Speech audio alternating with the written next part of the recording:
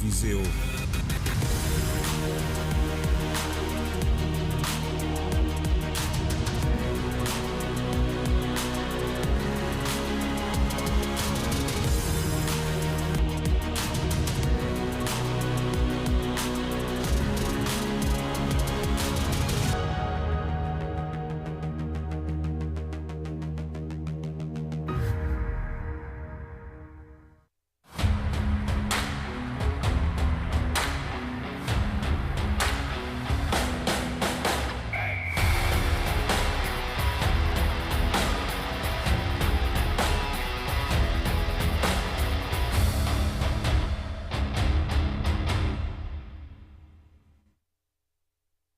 U-Sports on CBC, presented by les championnats U-Sport à Radio-Canada, une présentation du gouvernement du Canada, the Government of Canada, Nike, Fox 40, Veriburn Medical Supplies, Les Bagues Baron Rings, APAR, and by BioSteel.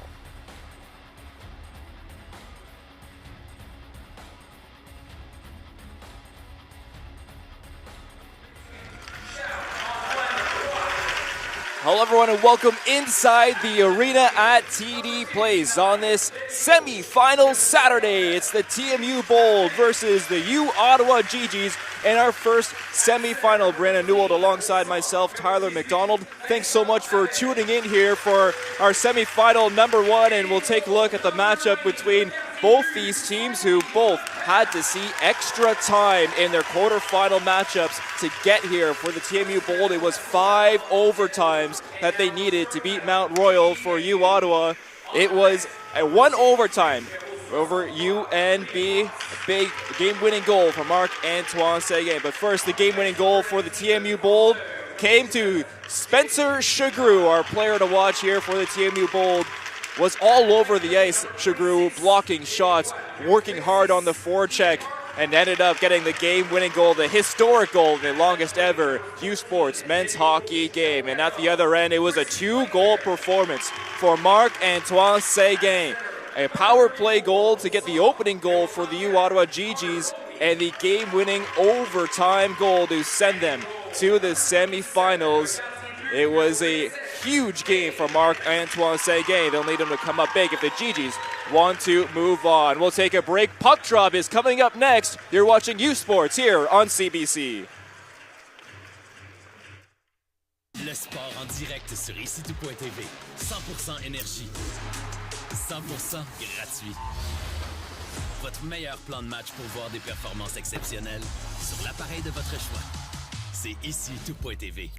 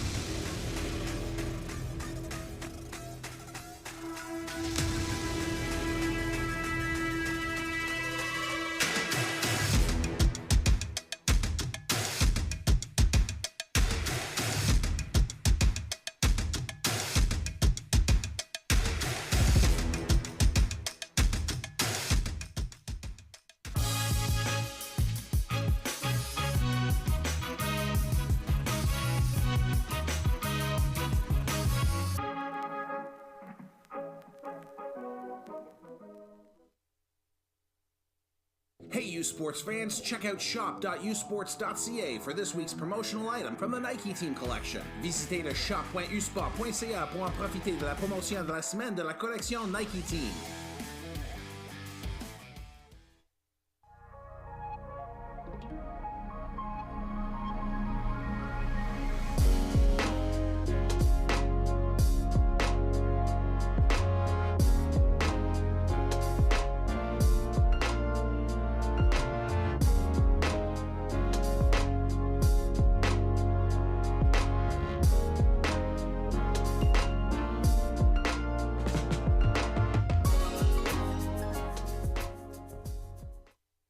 This is a call to empower, to unite, and to celebrate the Bold in all their glory. It's time to own the ice. Are you ready? Welcome back here to the arena at TD Place as we get set for semi-final action. Jacob Sweetie, former U Ottawa Gee-Gees with the national anthem. And now let's take a look at our starting goalies. Kai Edmonds in the goal for the TMU Bold. A save percentage of .942, 4 goals against in his U Cup quarterfinal. And at the other end of the ice, they were roommates at the FISU games. Now they're facing off against each other in the national semi-final. Frankie LaPena, a .953 save percentage in his quarterfinal game, 2 goals against in that quarterfinal matchup versus UNB. Brianna, 2 OUA teams facing off for a chance at a berth at the gold medal game at the 2025 BioSteel University Cup. And interestingly enough, some overlap between the keys to the game for both TMU as well as U Ottawa. And most notably, again, keeping out of the box, so discipline is going to remain between these two teams, especially for TMU, and especially, again, for TMU. LaPena, phenomenal goaltender between the two pipes. They saw him against UMB, the athletic stop, so need to take away his eyes to have any chance of success of beating him tonight. And for the University of Ottawa, you have to set the pace and the tone. This includes physicality, winning the puck battles, not giving TMU any type of inch, and making sure that they are not focusing on that high that they were riding after UNB, but coming into this game fresh. It's a new day, it's a new game, new opponent, and a new challenge. One lineup change for the U Ottawa Gee-Gees drawing in. Lisa Maisonneuve coming out of the lineup, Alexis Bonifon. It'll be 11-7 for the Gee-Gees, 12-6 for TMU Bold as we are about to get set. A berth at the National Championships. Here, can we find a winner? Puck drop run away in the first semifinal of the 2025 BioSteel University Cup, and it's sent down into the TMU zone. Around the boards to the far side, Martin trying to swipe it out. It's gloved down by Clavel, who slaps it down in deep. Waugh chasing, trying to beat his man, Ross. Out to center. Clavel picks it up in his own end, spins. LaBelle missed that puck, and it's tipped in. Stopped at the line by Clavel. Waugh. Over the line for the Gee-Gees, will send it down in deep. Condata up forward to Martin. It's intercepted by the Gee-Gees. Up over the line on the far side once more. LaFrance takes a shot toward Edmonds. That goes wide. Stratus at the point. Sends it down low for Verreau. Game number 2 back for him, coming back from an injury. As Dintino carries over the line, trying to split the D. Dintino, and Stratus comes back to lay a hit on him. Bouchard was playing a bit of defense in the first quarter final. The Gee-Gees were down to 3D at one point, and Tommy Bouchard, the forward, came back to play a little defense in that overtime. Showed well on the back line as well, but now back in his regular position on the forward line. Dintino. Bold with it at the point. Shot toward goal is blocked on the way by Stratus. Another one sent in by Brand. Once more the Gee-Gees getting in the way as Chenier with some time just looks for some options. Chenier try to find McMaster, who's pinching up on the rush, and now will peel away and head back to his defensive position. Has to hustle back on the far side. Melikov try to swipe it away. Belchamber picks it up for the Gee-Gees. Off the boards, trying to play it to himself. Rad first to it, separates him off the puck and swings it to this near side. Portocalis. Kingsbury Fournier. All the way down ice, icing waved off. Chasing, Belgium. Bold first to it. Here's Spencer Chagru, the hero for TMU Bold. Sends it down ice, and it'll be icing called. Our first whistle coming with 17:45 left in this first period. And as you mentioned, Spencer Chagru, also known as Mr. Clutch, as we'll get into that a little bit later during our broadcast, but he also had that opportunity where Anson McMaster actually made a hustle to get back and ensure that Trugru was not an option. Well, look at these minutes that they played in the quarterfinal. TMU 143 minutes and 33 seconds. The Ottawa Gee-Gees played 76 minutes and 4 seconds of quarterfinal action. Just a crazy day one of the quarterfinals at the University Cup, and saw history with TMU and Mount Royal going to the longest ever U Sports men's hockey game ever. Both teams will want to finish this here in the quarterfinal, and Ian Martin, they want to almost had a shot on goal, a good chance for the Gee-Gees. Doherty.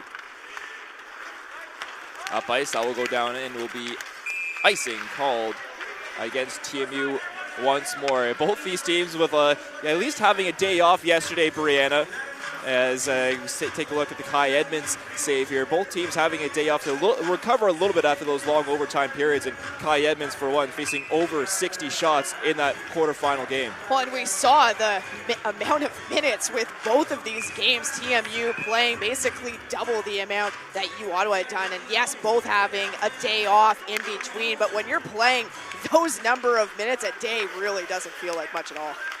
Gauvreau at the point, his shot takes a couple deflections, lands the high slot, and Vero just took a quick shot toward goal. Edmonds flashed the pad out to make a save. Back the other way with the rush on the far side. Dimovski's chance is stopped by LaPena. Lifted out to center. Condata. Sent down ice. Maisonneuve, his first touch here at the University Cup, drawing into the lineup. Works it forward. Lifted down in deep. Playfair, first to it for the Bold. Backhands it.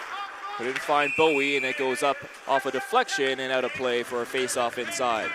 Kai Edmonds being a little bit busier of the two so far, not even 4 minutes into this first period.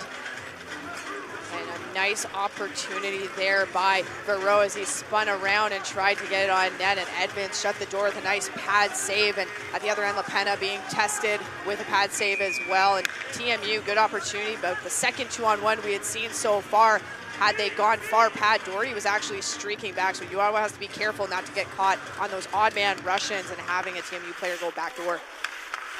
Brand gets it down in deep around the boards. Clavel battling in the corner against two yellow jerseys. Martin can't flip it out. There's a neck guard that's laid straight out on the ice by the hash marks. At the point, Iannello, his shot, sharp angle chance from the far side, stopped by LaPena off the stick of Bowie. Hey, Gee-Gees is pretty content to take, have TMU take some shots from out there in the corner or behind the goal line. They have absolute faith in their goaltender LaPena between the two pipes there as he calmly made that stop. Faceoff will come to the left of LaPena as Iannello puts his neck guard back on. Mandatory piece of equipment in U Sports this season. Faceoff won by the Bold. Around to this near side. Grigorev pinned up against the boards. Got to Iannello, whose long shot is swallowed by LaPena. Will calmly hold on for another faceoff.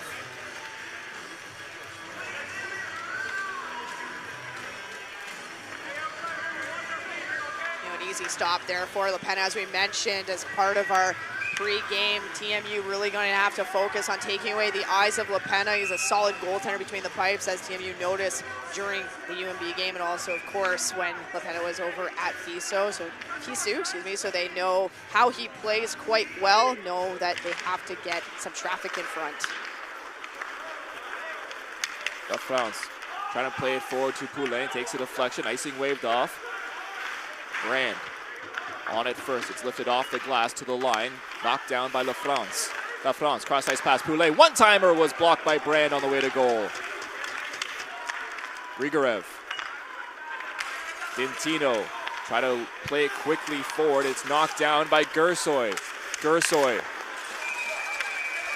Sent down to LaPena, and he holds on for a face-off. And so far the opportunities for TMU coming from a little bit farther out. Gee-Gees have had their more quality opportunities a little bit tighter in close.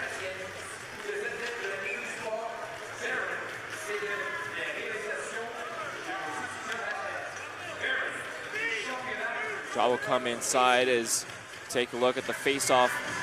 TMU went 191 face-offs of 153 face-offs in that game. 153 face-offs, that's a lot of face-offs. There were a lot of icings. There were a lot of icings as Melikov try to center it down in front. Sent back in by the Bold, LaPena. Plays it out to the neutral zone, too far for Wah, and that's going to go down for icing. Oh, it waved off, pardon me. Linesman waved it off the last second. TMU will carry it. Here's Shagru. Shagru over the line, gets it down in deep, try to play it off the end boards. It kind of died against those Zamboni gates with Master. Pass up to the far side. Desgagne plays it to himself. All alone, Desgagne will just send one toward goal, and it goes up off a stick and out of play for another face-off inside of the Bold end. That was a good stick there from the Bold, making sure that deflected into the netting. And you know, Desgagne, someone who had been so effective for the U Ottawa Gee-Gees throughout the regular season, I'm really looking for him to kick his game into a little bit more of a higher gear, especially here in the semifinals. Looking for a little bit more from him. Offensive zone draw for the Gee-Gees. And Bouchard will be shown out of the circle. Desgagne will come take his place. He'll line up against Bowie.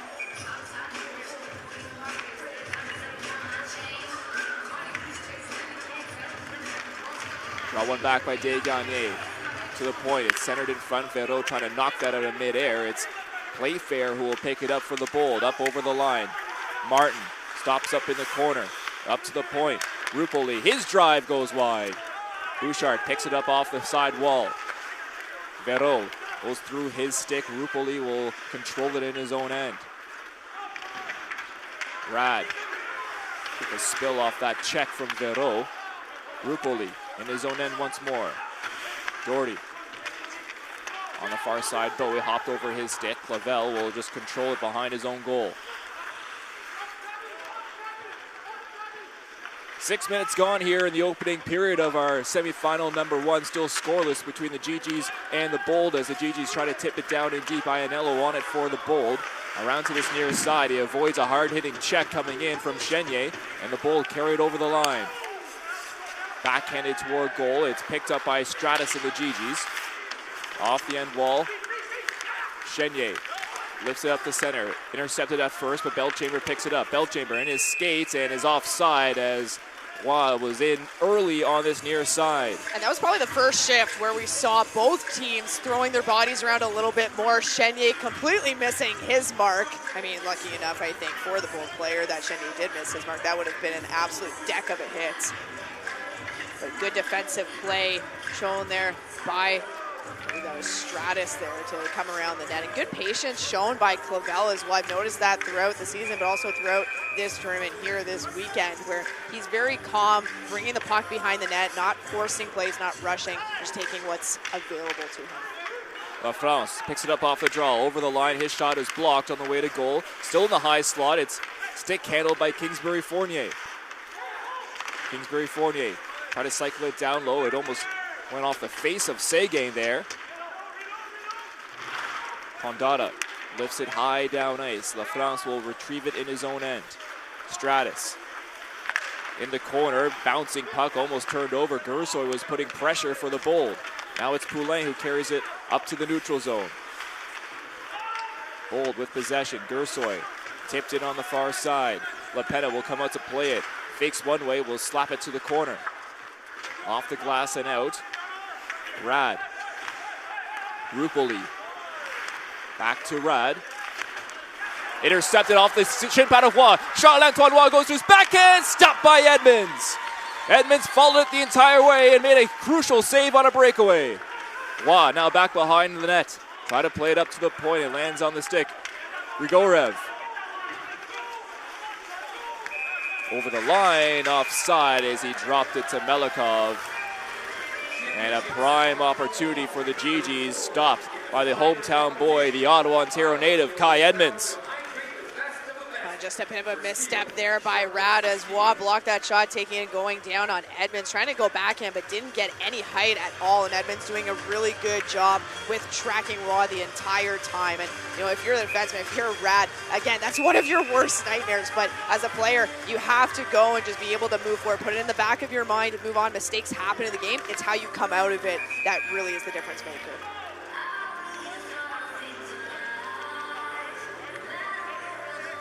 Chagrou lines up against Bouchard in the circle. Kicked back by Bouchard to Clavel. Le Guerrier. Tipped in by the Gee-Gees. I know, first to it. We'll send it to this near side. Orcalis gets it up, trying to clear to the neutral zone, unable to. Battle ensues along the half boards, and it's worked back by Brand to the far side. Melikov. Oh, Bouchard tattooed him at the blue line. He saw with his head down, and Tommy Bouchard lays the boom early in this first period. Sent down ice, icing waved off, LaFrance. Clavel carries it out for the Gee-Gees.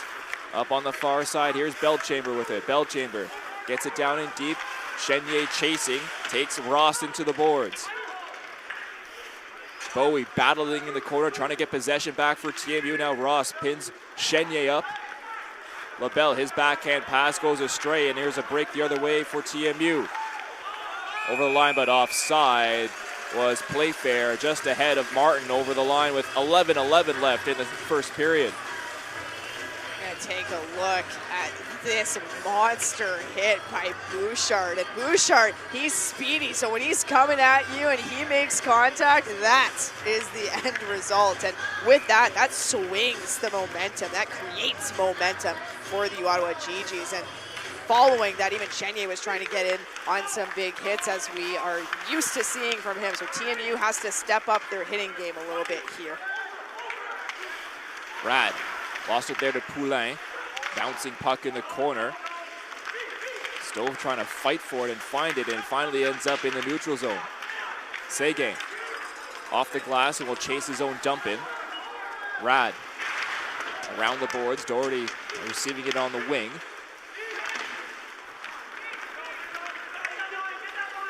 Dimovsky plays it to the far side, trying to race forward, still in his skates, and the Gee-Gees come back in time as Savard couldn't find the puck. Sent in deep by Kingsbury. Fournier as he heads off on a change. Gianello with lots of time will skate it out. Grigorev tipped in. Laguerre chasing Grigorev with it on this near side.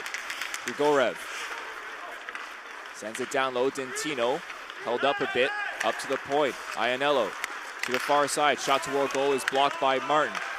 Bold still in possession though. Grigorev cycles it down low for Dentino. Backhand behind goal is intercepted, lifted up, and sent down ice by the Gee-Gees. That was a really good read there by Govro behind the net, intercepting that pass.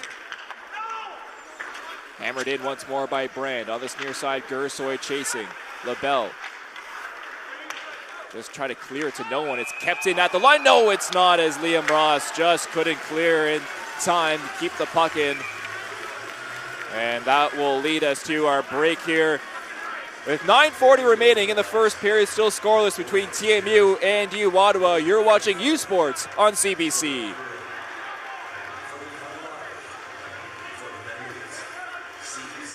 Le sport en direct sur ici-tout.tv. 100% énergie. 100% gratuit. Votre meilleur plan de match pour voir des performances exceptionnelles sur l'appareil de votre choix. C'est ici-tout.tv.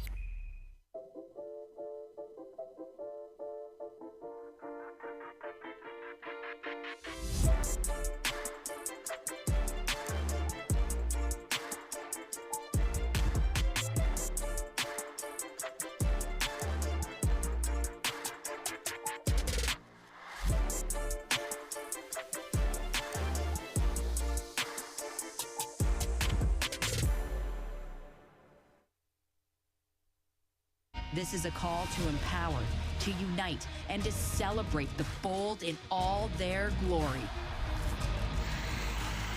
It's time to own the ice. Are you ready? Welcome back here to the arena at TD Place, and let's take a look at Mr. Clutch. Spencer Chagru had 2 goals in the postseason. That first one, the winner versus Lakehead, to seal things out. The second one, it was the opening goal in game number 3 versus the Toronto Varsity Blues, and just on Thursday, the scramble goal. Chagru gets credit for it and sends TMU Bold into the semifinal after 5 overtimes, and that stick headed to the Hockey Hall of Fame. Mr. Clutch with 3 goals this entire postseason, all 3 impactful. Looking for another impactful goal here in the semifinal. And what you can notice about him as a player is that those goals are not necessarily the highlight reel goals where they're going top shelf, anything like that. They are the ones where you are in perfect place at the perfect time, and that's the common theme across those goals for Spencer Chagru. Bold, send it down in behind the U Ottawa goal. On the far side, Desgagne trying to chip that out. He's pressured there by Condata to keep the line. Ross pinches in, sends a shot to Wirgle, deflected there, the rebound still, LaPena there to make the save. Condata, back down low. LaFrance spinning, gets it out to Stratus. Lifts up to center and down ice. Bouncing puck is handled by TMU and chipped in by Martin. LaPena to play it behind his net. Clavel waits for a change to finish up for the Gee-Gees. Le Guerrier up to Chenier. Chenier gets hit hard there by Gersoy at the line and leads to an offside against the Gee-Gees. Gersoy doing well to step up there on Chenier. There's good gap there by Gersoy, and Chenier just again walked into it. He almost got caught up in a way with his player as we see the phenomenal couple of stops that LaPena had made again to keep this game tied at 0. But Gee-Gees just converging a little bit too close together. They need to be able to spread out, not be in each other's lanes, and part of that is a little bit to do with nerves as we see a scuffle here between Martin and Gersoy, and Martin knocking Gersoy's stick out of his hands. This line of with Chenier and Mitch Martin on it is a gritty line, a line that will play very physical and get under your skin. Belchamber also on the wing on that line for the Gee-Gees as Belchamber gets it down in deep. Taken right out by TMU. Here's Dentino with it. He'll send it down ice. Dentino taken out there by Martin as those two still battle. Belchamber waits for it at his own blue line, fans on the first try, then gets it out to Chenier. Chenier, drop pass for Le Guerrier, pardon me. Le Guerrier, around back behind goal is Chenier. Stripped off the puck at the blue line, it's kept in by Clavel. Right back down low for Chenier, behind goal. On his backhand, Kingsbury Fournier's chance was blocked in front by Dentino. Gersoy couldn't handle it clear. Kingsbury Fournier had to wait for his teammates to get back on side. As the Gee-Gees head off on a change, Iannella will hold it behind his own goal. Portocalis gets it up for Dentino, but he's offside. Couldn't control the puck at the line, and a face-off will come outside of the Gee-Gee zone. And I think as many offsides as we've seen here, they kind of equal the icings we saw in the previous game with TMU and MRU, but we've just seen the opportunity from U Ottawa, just not able to get a full stick on that to head it towards Edmonds. Poulin and Chagru line up in the circle.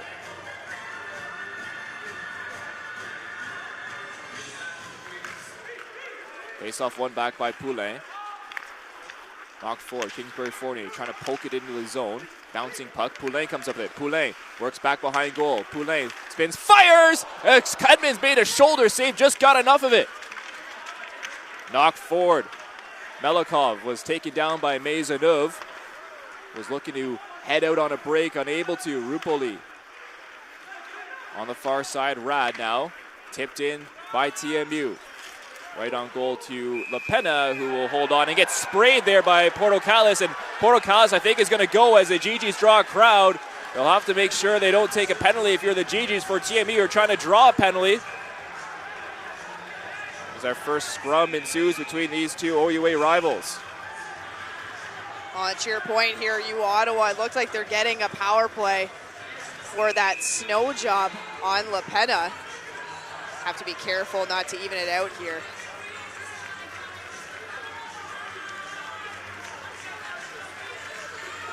We'll see how this all lines up. Is it just going to be one after the scrum? It looks like it. The Gee-Gees penalty box door will stay closed.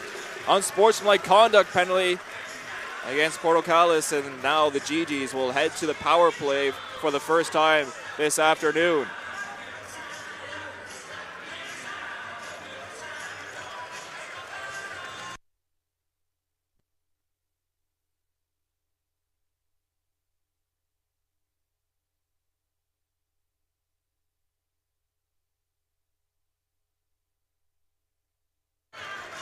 A huge opportunity here for you, Ottawa. And again, I agree with the call there by the official on Portocalis. It was completely unnecessary, and quite honestly, I wouldn't be happy if I was head coach Johnny Duco. A little bit of an undisciplined play there, which is not really what head coach would be looking for in this game. So 1 for 6, the Gee-Gees win versus UNB. Their regular season power play was 23.3%, 8th in the nation.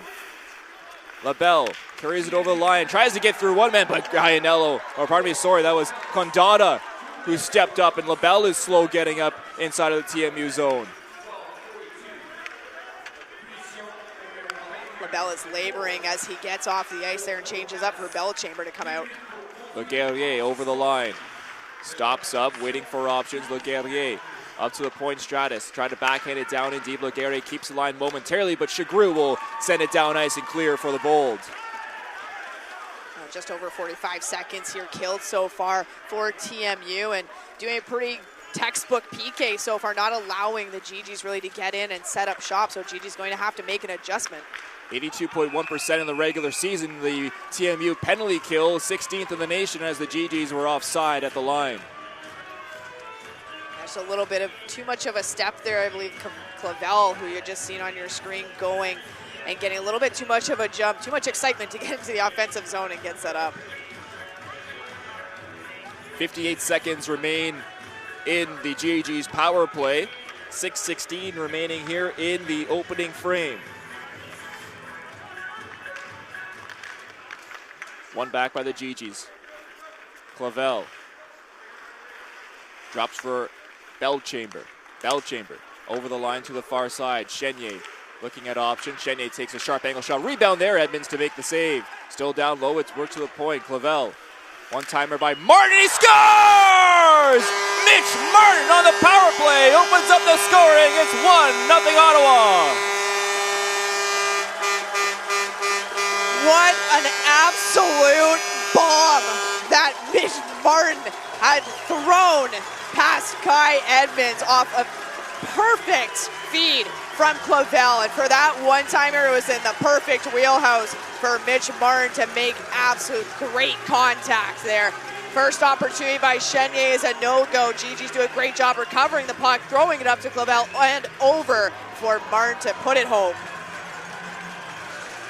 Martin coming in the latter half of the season for the Gee-Gees, had 4 goals in the regular season. Gets his first of the tournament on the power play, and the Gee-Gees take a lead with 5:56 remaining here in the first period. Verreau sends it down low. Kingsbury Fournier back to Verreau, around the boards hard to the far point. La France. Poulain, top of the circle. Curling back up. Was looking at the point, didn't have anyone there. He works in the corner now. Intercepted by TMU, lifted and gloved down by Kingsbury Fournier, but nice little stick handling here by Gersoy. Grigorev gets it to the far side. Dintino, his shot takes a deflection off a block from La France and goes wide. Turned over, Grigorev. Rupoli. Point shot goes wide.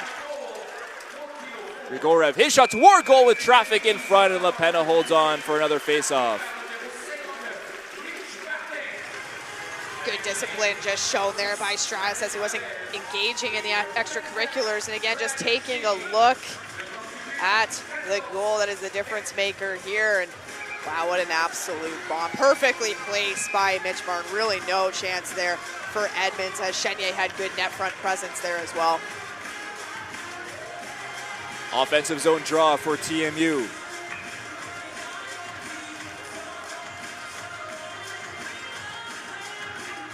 Dymowski lines up in the circle, and will lose it there to LaBelle.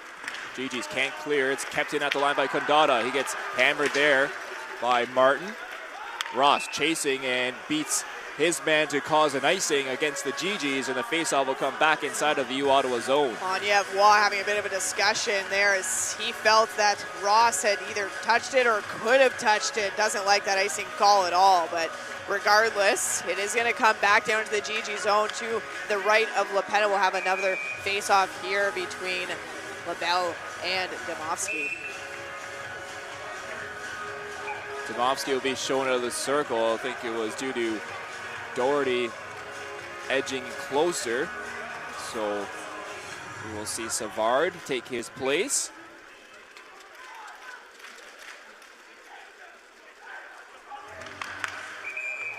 And now LaBelle will be shown out of the circle. Both original centermen kicked out of the draw. No, they will be getting a warning. Pardon me. Looks like he was shown out. Scramble draw right off the face-off, and Dymowski couldn't find net there. Off a stanchion, weird bounce. It's still clear to center. Dymowski over the line. Sends it down ice. Lepena, that's going to be an interference call against Mitch Martin as he drilled down his man Savard right in the middle of the ice, and now TMU have the chance to answer on the power play of their own.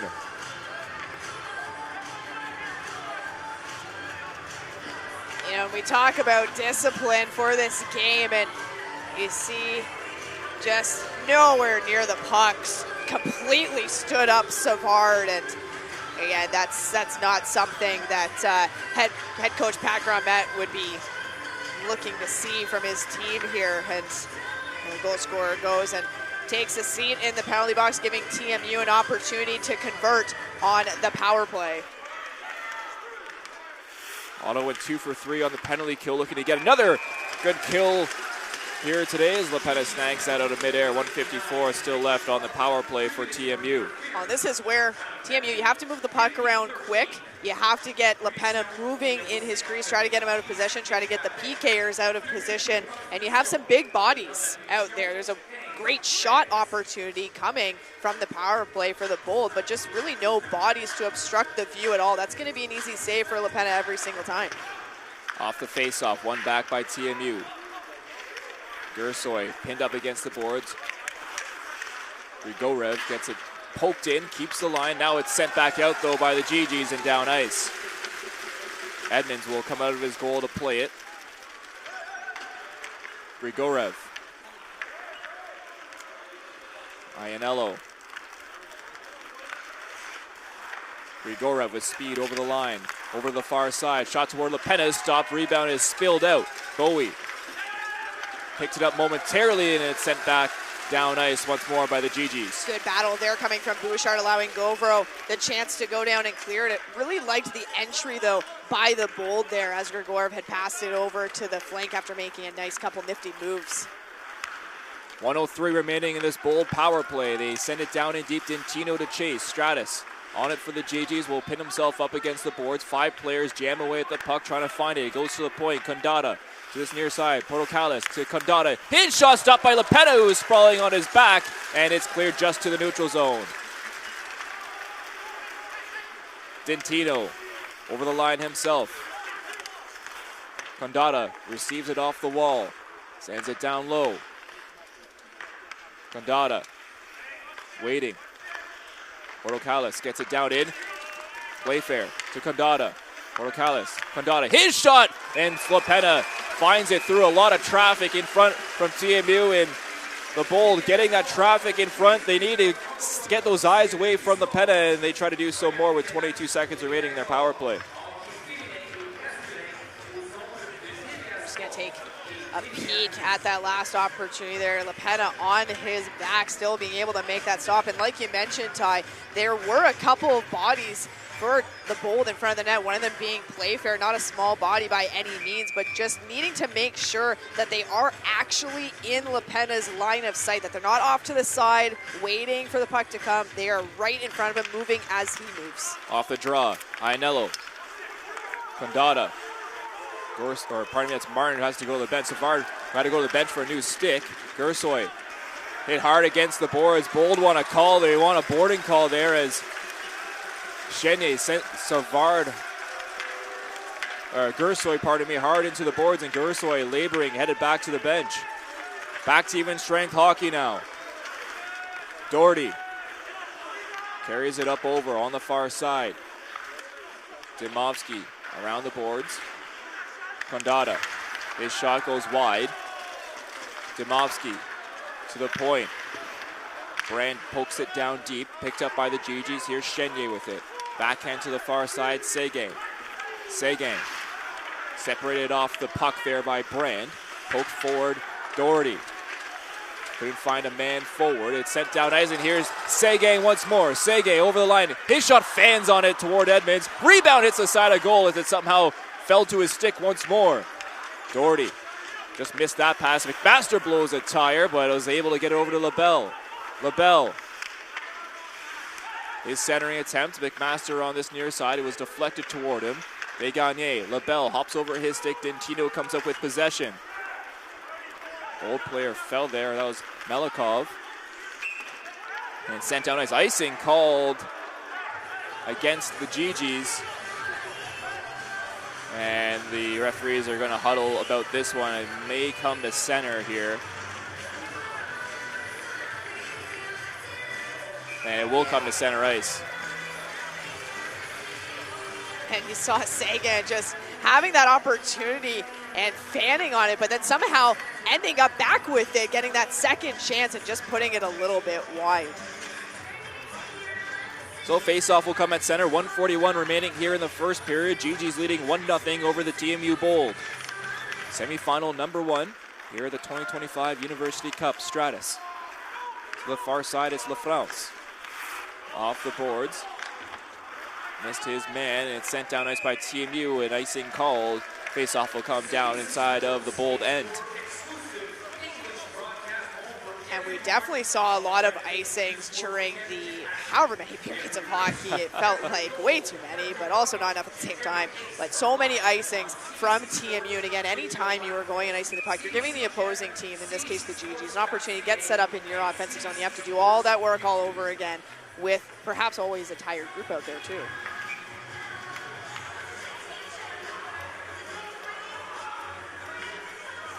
LaBelle will be shown out of the circle. Martin will take his place. Draw coming to the right of Kai Edmonds. Face off one back by the Gee-Gees. LaBelle spins, fires, goes high and wide. Grigorev chips it out. Leguerrier at the neutral zone.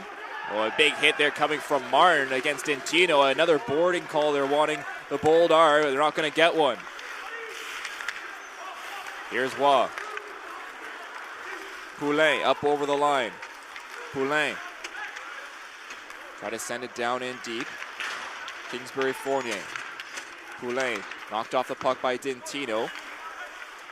Gursoy, who's back out there, which is great to see for the Bold after he came off laboring at first. Dentino drops it. Grigorev. His sharp angle chance is foiled onto by LaPena as we're in our final minute of play of the first period. 46 seconds remain. And we've seen a couple instances of Mitch Martin absolutely rocking a couple of the Bold players. One of them was Gursoy, where he afterwards came off laboring, but good to see him back out. And another one by the TMU bench where they wanted another boarding call and not getting one. Mitch Martin is only going to get away with so much, so he has to be able to manage his output on the hits. It's not to say to not be physical, but it's to understand how to toe the line, because the last thing that Gee-Gees want is to have Mitch Martin go into the box again, giving TMU an opportunity. Face off one. Here's Kondata. Ross. Shot was intercepted, picked up by the Gee-Gees. Kondata. Off the glass. It rings around to the far side. Stratus. Hit there by Playfair. Kingsbury Fournier trying to clear. On the far side, they battle still. 4 people jamming away, and a couple players taking Playfair. He has an extra shot to Stratus, then gets one to LaFrance, and now a delayed penalty. No, it was just a delayed offside. Pardon me, look at the wrong official. With 12 seconds remaining in this first period. Chenye picks it up. Martin over the line with speed. Poked off the puck there. Nice defensive play coming from Brand. Out to center, and the final second will take down as Shagru hits Bellchamber at the buzzer, and that will draw a small crowd But at the end of the first period, it sees the Gee-Gees up 1-0 off a goal from Mitch Martin, and these two teams know each other, played once already this season, but have played, of course, in meetings past, and you can see the physicality picking up here in the semifinal. 100%. These are going to be another couple of periods, a lot of physicality. I think U Ottawa taking a little bit more in terms of out-hitting, so TMU is needing to pick that up, but again, still be smart about it. Chagrou's trying to start something at the end of the period, try to get under U Ottawa's skin. U Ottawa has to stay calm and collected and not play that game. They know these Gee-Gees can get a little undisciplined and head in the box, and a strategy maybe TMU are trying to do, get under, get into the heads of the Gee-Gees. Exactly, and that's where the Gee-Gees have to stay calm, collected, not play into that sub-game of the larger game. Officials just making sure the Gee-Gees wait. All in the ever interesting arena at TD Place, both teams enter and leave to the dressing rooms through the same entrance, so the officials just waiting for the Gee-Gees to head down as the Gee-Gees head to the dressing room, and Brianna will be able to talk to one of the Gee-Gees here momentarily, but nonetheless, a good period for the Gee-Gees to start up. They got their opening goal that they needed. Their crowd, the alumni, the 2020 alumni are here, and we're going to have a chance to talk to Anthony Poulain, the captain of the U Ottawa Gee-Gees, is down with our Declan DeBarp. I'm here with Gee-Gees captain Anthony Poulain. And Anthony, it's been an emotional tournament. We saw the 2020 team here and how much this has meant to them. You played with some of those guys. Can you give me a little bit about how the emotion of that team are bleeding into your team? Yeah, I mean, it's emotional for everyone. I mean, these guys have worked super hard. They got to the national championship. Unfortunately, they couldn't play there, so it was a really bad timing for them. And now I know how much they would appreciate to be in our shoes today, so that's why we're playing hard for them. And Pooh, let's talk about that start. This is a team that's effectively played a full additional game. How important was it that you guys came out, got that first goal? Yeah, I mean, we knew they played for 8 periods or whatever it was. We knew they might have been tired, so our goal was just to focus on ourselves really and work really, really hard right off the start, and that's what we did. Perfect. Thank you so much. We'll go back upstairs to Tyler McDonald and Brianna here on CBC.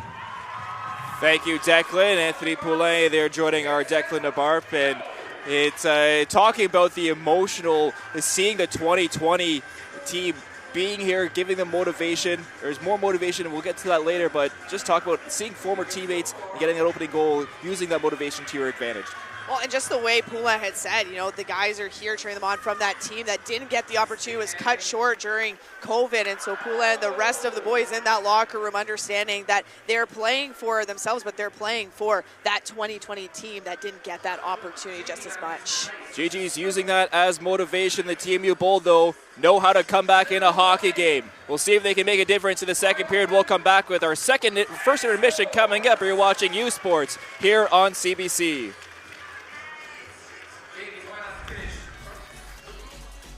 We are athletes. Do you know what Husky athletes are made of? Determination. Hustle. Resilience. We're part of a team and a community. We work hard for every goal. And every grade. Do you know what Husky athletes become? Pharmacists. Teachers. Professionals. Olympians. When you invest in student athletes, you invest in the future.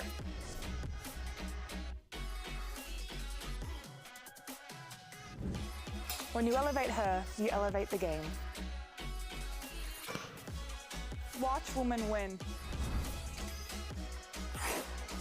Everyone watches Husky women's sports.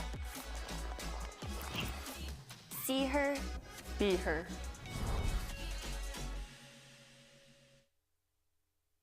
This is a call to empower, to unite, and to celebrate the Bold in all their glory. It's time to own the ice. Are you ready?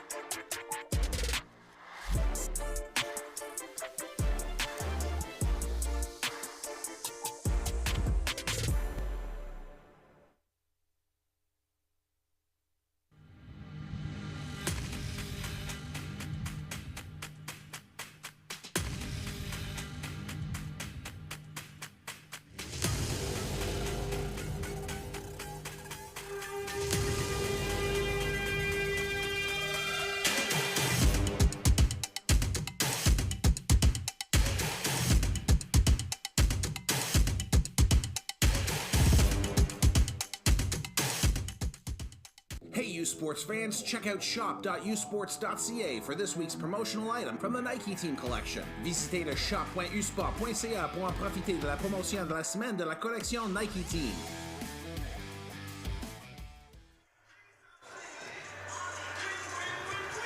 Welcome back here to the arena at TD Place. 1-0, the Gee-Gees lead the Bold after the first period of play. It is time now for our U Sports Champion Spotlight, brought to you by PepsiCo Foods Canada. Brianna. In this edition of the U Sports Champion Spotlight, which is brought to you by PepsiCo Foods, we sit down with the Bishop's Gator star, Gabrielle Santerre, whom, along with the rest of her team, are competing at Nationals held by Waterloo as they go into the semifinals against the U of T Varsity Blues. And in this feature, we're here to learn about the legacy Gabrielle Santerre is building with the purple and white.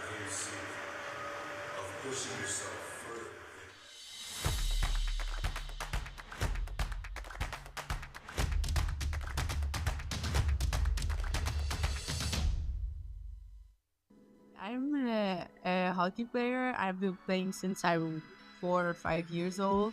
I'm doing a lot of other sports too. I love golf. I love flag football. But I really like to hang out with friends. I'm studying psychology in school too, so I really like the mental side of sports.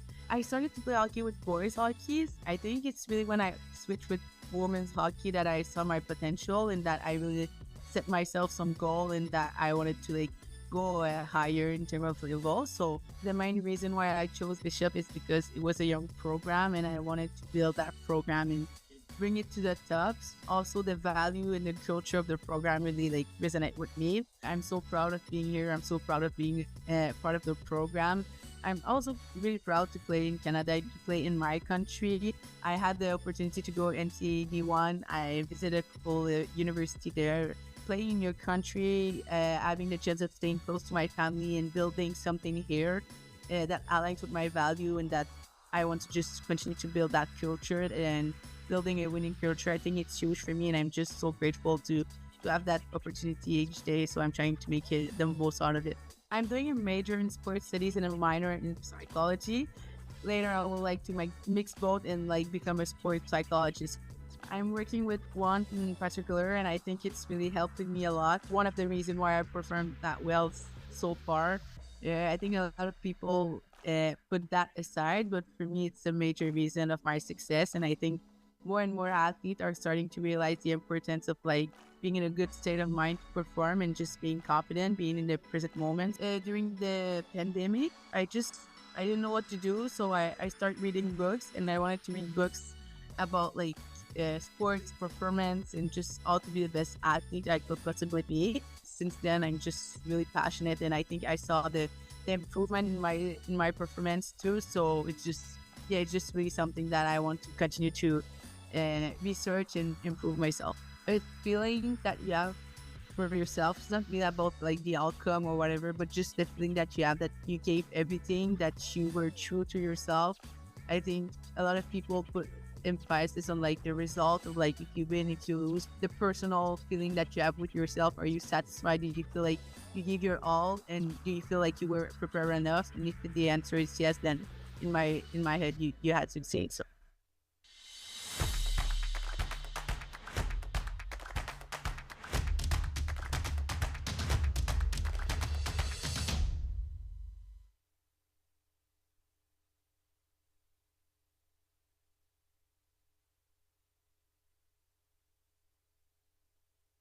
At the University of Ottawa, we're open to people and cultures, to diversity, to open fields where minds run free, to possibility and discovery.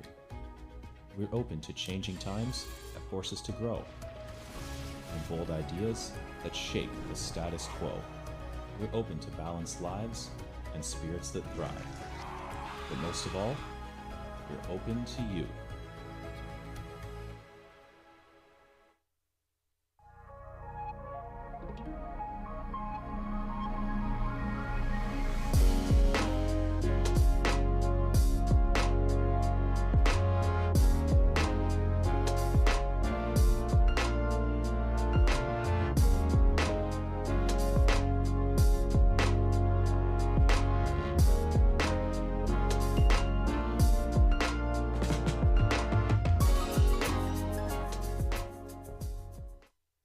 This is a call to empower, to unite, and to celebrate the Bold in all their glory. It's time to own the ice.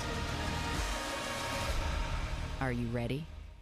Feel every hit, goal, and celebration as if you're standing right on the sideline, immersing you in the game like never before, bringing heart-pounding action directly to millions of fans. We deliver unparalleled simplicity and tailor-made digital broadcasting solutions crafted to make you feel every moment in a way like never before. Our passionate team ensures your message reaches audiences reliably every time. Proudly Canadian, we bring a touch of innovation and our passion to the world stage. ISI Live, be there. Hey U Sports fans, check out shop.usports.ca for this week's promotional item from the Nike Team collection. Visitez le shop.usport.ca pour en profiter de la promotion de la semaine de la collection Nike Team.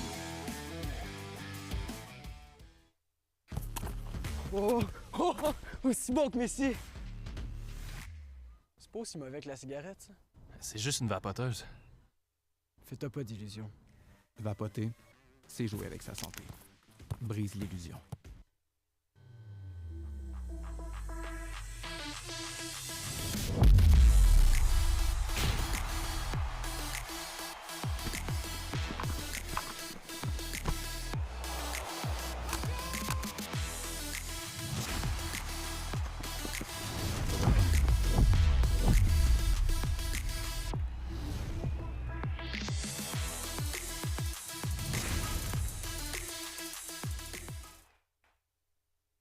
Le sport en direct sur ici-tout.tv.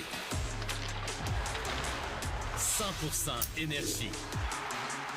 100% gratuit. Votre meilleur plan de match pour voir des performances exceptionnelles. Des athlètes de grand talent. Des sports de haut niveau. Tout ça sur l'appareil de votre choix. C'est simple et gratuit sur ici-tout.tv.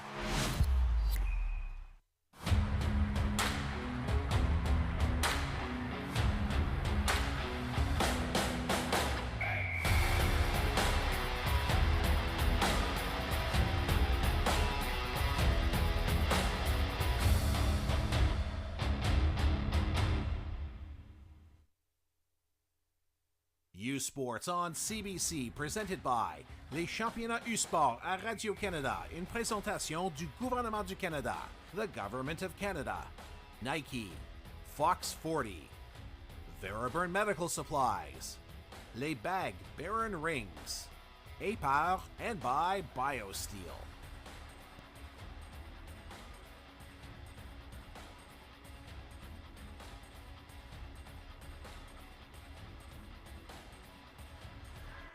TD plays 1-0 the Gee-Gees lead after the first period of play. We take a look at our highlights presented by Marriott, and the Gee-Gees were the ones to get the only goal in that one. Frankie LePena was important in that one. So was Kai Edmonds. He stopped Charles-Antoine Roy on this big breakaway chance for the Gee-Gees, and Edmonds was crucial for keeping it at 0-0 at the time of that chance.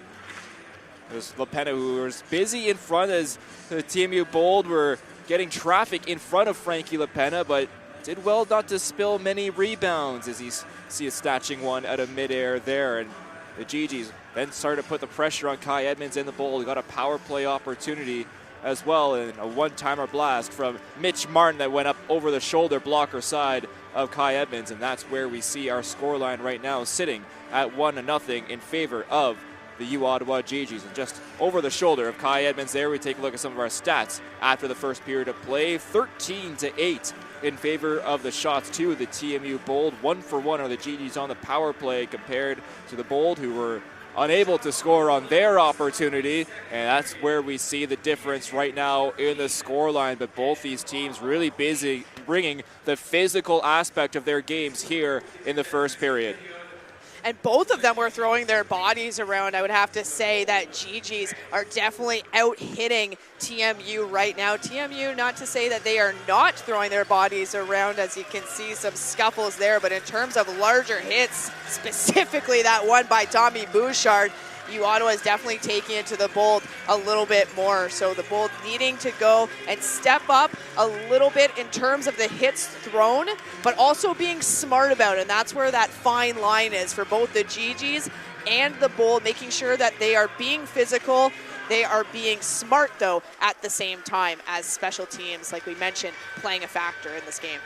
Here you see Marc-Antoine Seguin had 2 goals in that quarterfinal, including the game winner, as the TMU Bold now make their way onto the ice surface. Brianna, what changes do the Bold need to make other than that physical output? They outshot the Gee-Gees, but weren't able to get in front of the eyes as much as maybe they needed to in front of Frankie LaPenna. And I think that's really the difference maker, is the fact that they're there in front of the net. Don't get me wrong. They're getting there. They're where they need to be. But they're not taking a look over their shoulder to see exactly where LaPenna is. They need to make sure that they're actually getting in his line of sight to take away the eyes. If you're standing off to the side of him, it's really not going to have any impact on him there in the crease. And in addition to that, TMU, yes, they outshot the Gee-Gees. However, a lot of their shots were coming more from the outside. They didn't have as many quality opportunities, I found, from the slot. So that's something else that they need to work on a little bit more in this second period of play. Johnny Duco talking with the officials, just getting a few explanations. Now, TMU are used to playing in a warm arena. Their home rink went on a little bit on the warmer side. U Ottawa, the Minto Sports Complex, is one of the coldest rinks in Ottawa, and aren't used to playing in these warmer climate temperatures like the arena here at TD Place. Could be a factor later on in this hockey game when it comes to hydration and cramping, but we saw some cramping for the Gee-Gees. They brought in their professional nutritionist yesterday and today to make sure their players were hydrated enough, and we'll see if that makes a difference for them hydration-wise as we'll get set for second period action, Brianna. Yeah, 100%. And I like the fact that they were leveraging their professionals, leverage the resources they have available to them to put their best foot forward. And in terms of playing with the warm rink, you're aware of it. It is a factor. You have to make sure you stay hydrated. You're smart with what you're eating, smart with your warming up, you're cooling down. Everything plays a role, no matter how minute the detail may happen to be. Underway in the second period, and a quick icing call 7 seconds into the second sees a face-off come back inside of the TMU zone. Comes to the right of Kai Edmonds. Bowie with the defensive draw for the Bold. Will line up against LaBelle. LaBelle wins a draw back. Here's Clavel with it. Clavel, his chance, tipped in front and held on to by Edmonds. Found the puck off the stick of Waugh and holds on for another face-off. Yep, and we will do it all over again from the exact same side, too. So far, U Ottawa being a little bit better in the face-off dot, going 15-11 in favor of the Gee-Gees. That dump-in attempt rolled right onto the stick of Frankie LaPenna, negates the icing as LaPenna sprung it forward quickly. Nice stick lift there from Playfair, gets it forward to Bowie. Bowie chasing while trying to slap it down ice. It ends up in the Gee-Gees zone. Through the middle, Martin plays it out to the neutral zone, gets hit there by Bowie. Clavel. Le Guerrier with pressure on him by Playfair. Spins back on the far side. LaBelle over the line, dumps it down in deep. Desgagnés to chase. Brand watching him. Desgagnés knocked off the puck by Brand to the half boards. Bouchard gets it back down low. Brand off the skates of Desgagnés to Ferreau. Battling with Dintino. Dintino picks the puck up behind his own goal and lifts it up. Grigorev up to Gersoy, who gets it down in. LaFrance on it for the Gee-Gees. Bouchard springs a man on this near side is Luca Verreau. Verreau, watched by Brand, protects the puck. Turns back to the point. Stratus on his backhand just sends one toward goal. Knocked out of midair by Iannello, who springs a man on the far side. Grigorev to Gersoy. Gersoy trying to find Dintino in front, but that's in midair, and he couldn't knock it out of midair. Smart play there by Stratus, and good timing to slide backwards and make that a sauce pass. Good work by Edmonds to quickly play it off the bounce to Gersoy, who leads a quick rush for the Bold. He's steered into the boards by McMaster, though. Belchamber picks it up on the far side. Here's Chenier with it, with speed to Martin. Martin Sends it back behind goal. McMaster slaps one toward Kai Edmonds, and that rings all the way around, back down into the Gee-Gees end. Govro. McMaster. 1-2 pass is intercepted. Doherty gets it down and off the glass. McMaster on it. Melikov chasing him. Melikov comes up with it at the side of the goal. He centers in front, and that bouncing puck couldn't find a TMU stick, and LaPena holds on for a face-off. On as close there as Doherty was coming right back after looping around the net to come on the doorstep. As you see there, went off the skate of Chenier and fell a little bit kindly there for LaPena. As we mentioned, Doherty coming back around the net and would have been right on the doorstep. There's a sequence before where Lafrance just want to highlight his really great evasive maneuver as he was expecting a check from Dentino and started off a really great break-off pass after that. Battle in the near corner. Doherty gets it to the far side. Here's Seguin. Seguin glove down at the line by Ross. It was swiped out to the neutral zone, and Condada gets it to the far side. Melikov sent back in. Gee-Gees have to regroup on the delayed offside. Tipped in by Chagru. Melikov first on it for TMU. Blows a tire. Clavel battling there as well.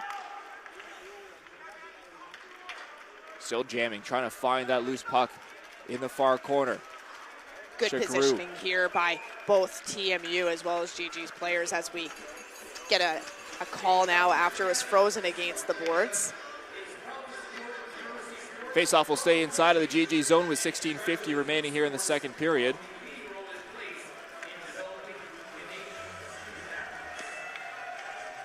Faceoff will come to the right of Frankie LaPena as both teams get a change.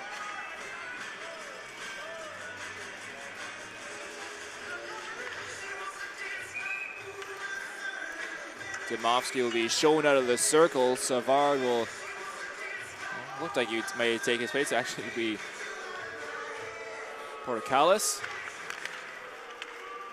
Stratus off the glass and out down ice, and that will be icing once more against the Gee-Gees. To this face-off once more, back down inside their end.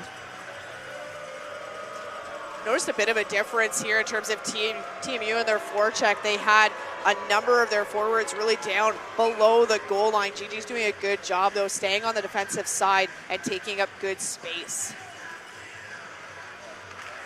Face-off one back by the Gee-Gees. Stratus off the glass and out once more. It's kicked forward by TMU. Had to wait because they were offside on the first chance. Lifted up, tipped down with a high stick by Roy.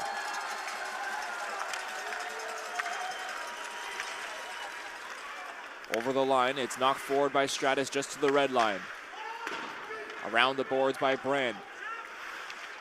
Portocalis swipes it down low. Around the boards to this near side. Portocalis gets it once more down to Savard.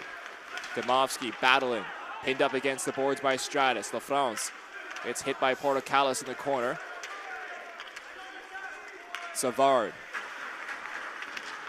Down low, Portocalis back behind the Gee-Gees goal. Savard, cross-ice pass, was knocked down by Stratus and can't be cleared at the line. It's kept in. Shot toward LaPena, rebound sitting there, and it's cleared away. Back the other way, 2-on-1 for the Gee-Gees. Roy has Martin with him. Shot on Tonal to Martin. He fanned on the open net. He had a chance to get his second of the game and missed it. Another shot, one-timer from Bouchard, goes wide. What an opportunity there for the Gee-Gees as Roy passed it over to Martin, just not able to get that stick to put it in the open net. My goodness. Rupoli. Bold, clear out to Playfair, who tips it down in deep. The captain chasing against Maisonneuve. Maisonneuve. Govro trying to battle down low. Playfair in there as well for TMU. Puck comes loose to his near side. Maisonneuve.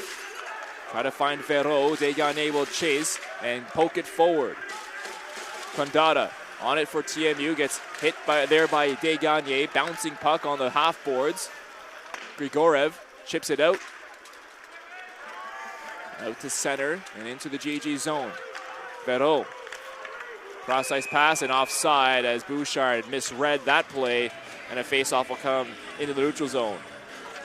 Wow, I'm still in shock from that open net, and jeez.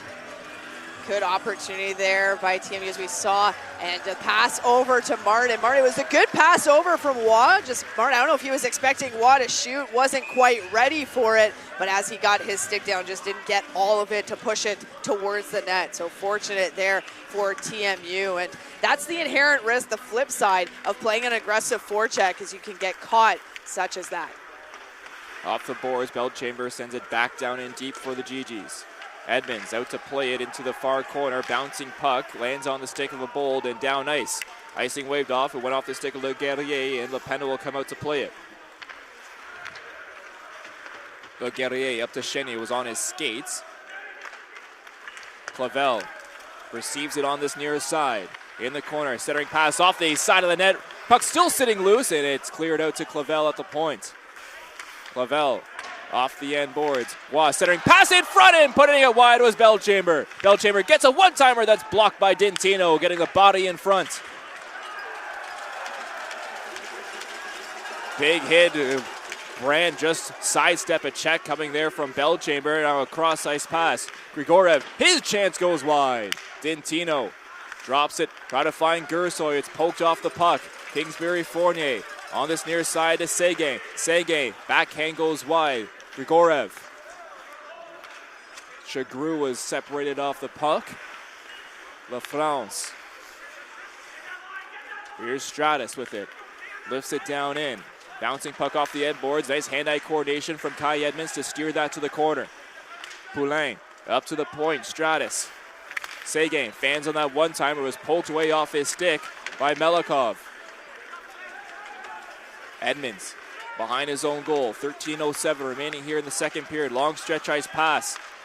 Doherty lost his net guard, I believe, there as it came flying off. Melikov. McMaster off the glass. Down ice. Bouncing puck. And the Gee-Gees have a chance. 2-on-0. Sent to LaBelle. LaBelle to his backhand.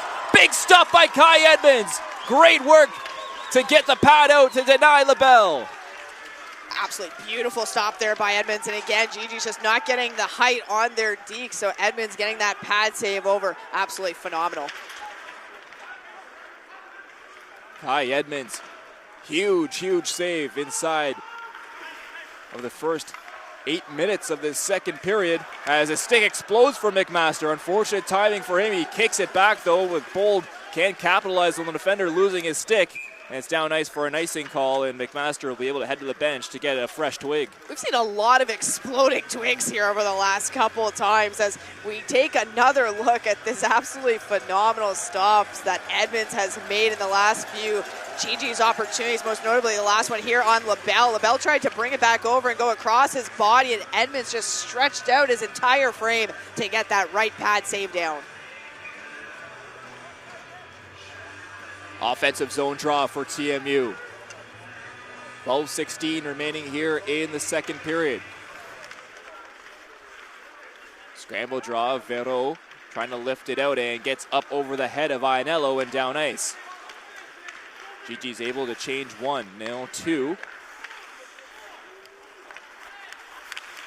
Ianello poked off the puck there by Vero, but great recovery by Ianello to get back and work it over to Brand.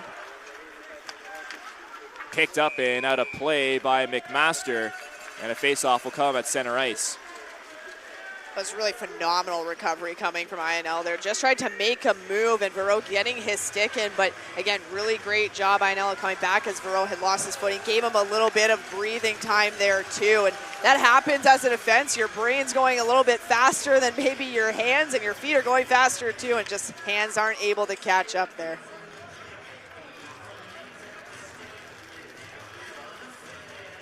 Faceoff comes at center ice, and it's won back by TMU. Here's Ross, Condata. Martin tips it down in deep.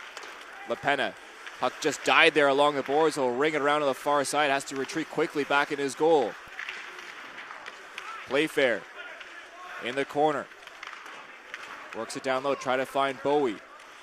Condata pinches in from the line, up to the point. Martin, his shot to LaPena, and he holds on for a face-off, and Bowie was there along with Playfair to find a rebound, but LaPena doesn't allow any. Well, and again, it's a great job by LaPena making sure he's tracking the puck and able to make that stop with no rebounds. A nice shot by Martin there from the point. But as you mentioned, Bowie and Playfair, both those guys have been hanging around LaPena's crease quite a bit. They need to make an adjustment. There's two of them there at all times.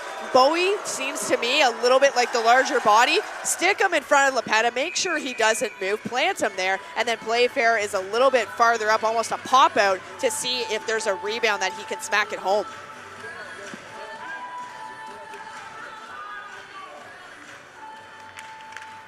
Face-off one back by Martin and lifted up down ice by Stratus. Foot race forward and Bellchamber, speedy, beats out the icing call. Great hustle there coming from Bellchamber, beating out Ross for that icing. Delay call coming up, and the Gee-Gees will head to the power play as a cross-checking minor will be called against Condata, I believe, as he hit Chenier from behind by the boards, and the Gee-Gees will head to their second power play of the afternoon. Oh yeah, that was all numbers there. And I understand TMU's frustration a little bit, as they probably wanted to call a couple times on Martin, but that one where the arms get extended as well as it all being numbers, and Chenier was a little bit of a distance away from the boards too, can end up being a really dangerous play there. Gee-Gees 1 for 1 on the power play. LaBelle will line up in the circle for the Gee-Gees. Defensive responsibilities to Bowie. Draw one back to Stratus. Peter Stratus knows this rink well, played some time here with the Ottawa 67s. Desgagnés. Back to Stratus. Le Guerrier. Stratus. Le Guerrier. Back over to Stratus. Desgagnés. Down low for LaBelle, whose tip goes wide. LaBelle. Backhand pass trying to cross crease, and Bowie does a good job. Can't clear though. Stratus keeps it in at the line. Le Guerrier to Stratus. Stratus fakes a shot. Works back and loses the puck, and Bowie can't clear once more. Stratus got a body in there. Desgagnés, his centering pass goes through everyone. LaBelle on the near side. Curls back up, is worked on hard there by Rupoli. Playfair digging in there as well for TMU as they try to clear this puck. Now Bowie will be able to clear it, and that goes up into the benches out of play. Well, these teams met up in October, and take a look at the stats from that game. It was a 6-3 victory for the Gee-Gees. 29 shots on goal for the Bold, 26 for the Gee-Gees. But look at this, 5 power play goals for the Gee-Gees. All three TMU goals coming on the power play as well. But special teams making a difference in that last game in October. Well, they've already made a difference here in this game, as Gee-Gees having converted on a previous power play opportunity that they had. Cleared down ice by TMU, and they get a full change. Clavel. Drops it for Seguin. Martin denied there, as good stick from Chagru to clear the attempt. Seguin up over the line, drops it to the far side. Chenier makes one move, then gets poked off the puck by Ross. Bellchamber picks it up in the corner. Bellchamber to the point, here's Martin. Clavel, back to Martin. Cross ice pass to Seguin. Seguin looking for a tip. Great stop by Iannello, who got a skate out in time to deflect it up into the crease. 19 seconds remaining here in the power play, and we'll have an offensive zone draw here inside of the zone.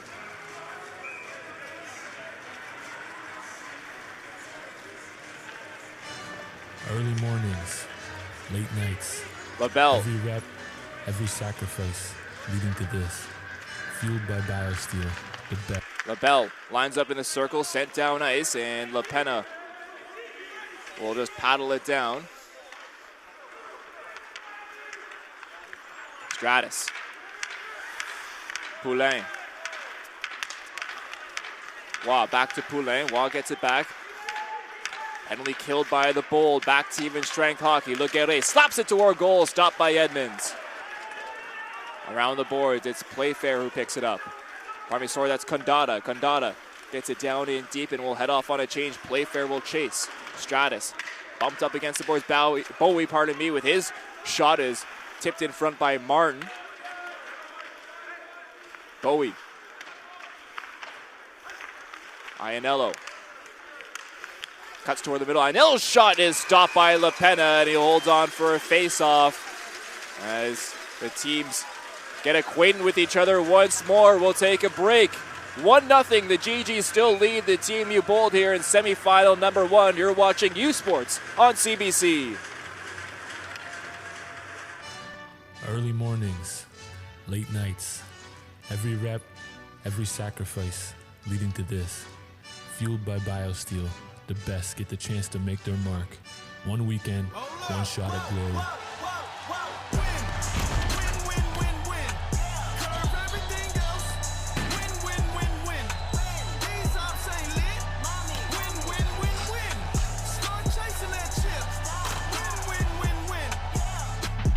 The lights are bright, the stakes higher. This isn't just a game, it's the moment. Hydrated, focused, ready to win. Powered by BioSteel. Welcome to Championship Weekend.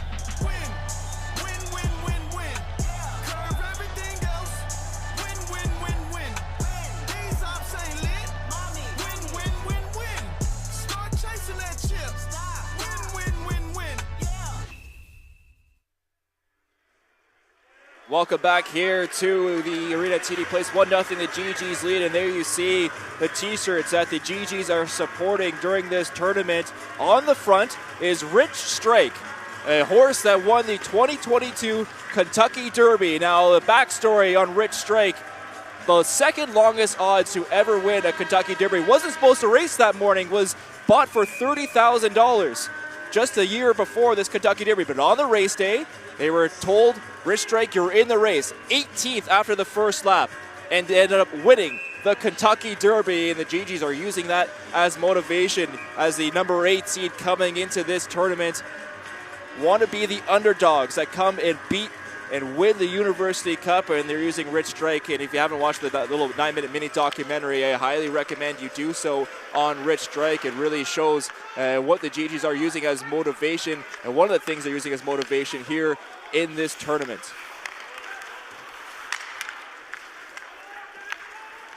Bold. Nice little move by Dentino. Dentino shot takes a couple deflections, and Grigorev couldn't find it on the back door. Condata, Iannello, his chance, rebound in front, they swipe away, they score! Dentino finds the rebound and ties this hockey game up at 1. Oh, wow. And again, it's getting that traffic out in front of the net. It was a great shot coming from the point to put it towards LaPena. There was Iannello with a great shot from the point. It was just an unlucky bounce for LaPena. Lucky bounce a little bit for TMU. And right on the doorstep, they were able to knock it home. As we take another look, coming back to Iannello for that shot. And then, like you mentioned, Ty Dentino just in the right place at the right time as he's heading towards the net, sneaking in, left unattended and unsupervised, and the Gee-Gees pay for it. Jordan Dentino, 4 goals in the regular season. Puts one home to make it 1-1. And a huge goal. Had a playoff goal earlier on their run to the University, or pardon me, the Queen's Cup Finals. There's Mitch Martin. Rebound there in front, and Shandy couldn't pot it home. The Queen's Cup Final is just runners up the Bold word, looking to redeem themselves here at the University Cup as Belchamber in the high slot. Couldn't find that rebound. Belchamber in the neutral zone. Martin was headed off on a change. Kingsbury Fournier needed to wait. McMaster. Here's Ross with it. Ross tipped in by the Bold. Bouncing puck on the far side. McMaster chops it forward. Martin, Belchamber just spins back in his own end. His pass lifted forward and intercepted by the Bold. Backhanded back in deep. It's McMaster. Govro with a little bit of space, plays it off the glass and down ice. Glove forward by Rupoli, but kicked back in by Poulin. Rad first to it, plays it to his near side, Rupoli. Try to poke it forward, Veroga in between there, Rupoli now works it to the far side. Rad Portocalis makes one move in the neutral zone, will backhand it to the far side. Melikov, his drive toward goal is stopped by Lepena as Savard makes his presence known. 6:42 remaining here in the second period. We talked about overtime for both these teams. Combined minutes of quarterfinal action, 219 minutes and 37 seconds. TMU playing the longest U Sports men's hockey game in history. Ottawa finishing the game in their quarterfinal with 3 defensemen due to cramping. They were at one point, Tommy Bouchard was playing defense. Everyone was buying in at that point for the Gee-Gees, and both teams having to recover after so much hockey. Absolutely tons of hockey there, especially in the part of TMU. But again, it's getting that recovery in and making sure that they were set to go for this game. Gee-Gees not having played as much extra time, but still absolutely a factor during this matchup here. Offensive zone draw for Bowie. Playfair to Brand. Brand, his shot, couple deflections in front, rebound, they score! Ian Martin finds the rebound, and it's 2-1 Bold.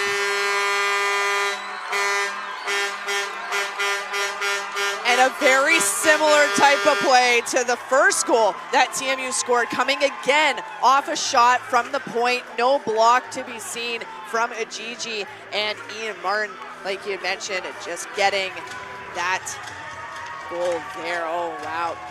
You know, it seemed like the Gee-Gees really didn't even know where the puck was. Looked a little bit lost. They thought maybe Lepena had it. Like I mentioned, Ian Martin, the recipient of that puck that had come loose, just unattended, unsupervised. And that's a theme right now going against the Gee-Gees, just losing their men in their zone. That cannot continue to happen, but great job there by the Bold, finding a way to beat Lepena. Shot toward Edmonds is held on to for a face-off inside of the TMU zone, and the Gee-Gees now on the flip side of the score, trailed by 1 late here in the second period. You know, definitely a momentum shift here as TMU, once they got the first one, you could tell that they had a little bit of wind in their sails and continued to push, and that's exactly what they did in getting that second goal. So important for TMU to continue their drive, continue their push, and looking for that insurance marker at this point. On the flip side, very important for the Gee-Gees to just acknowledge that this happened. It was a couple of errors in the defensive zone, but you have to be able to move past it. You have to be able to continue playing the game that you've been playing and leaning on the success you've had so far. Not to change anything necessarily, but just to be aware of how both these goals were scored. Down the ice, an icing called against the Bold, and TMU now hold their first lead in game this tournament in 10 periods of play. And will be looking to try and hold on to this lead, something they haven't had to so far. They've just been coming back in games against Mount Royal and winning in 5 overtimes. Now they have the responsibility to defend a lead. Well, and again, you have to be careful when you're going and defending a lead, not to have that be your main strategy or your main point in your mind and take your foot off the gas. I find teams sometimes take their foot off. They play a little bit differently. You have to go and keep pushing. You can't change your strategy or how you're playing while you're out on the ice, whether you're up or down. You still have to play with the same amount of urgency. Just be smart with how you're playing. Clavel to Roy. Roy plays it forward to Belchamber. Chenier stops, fires, he scores! In the slot, Bradley Chenier ties the hockey game up at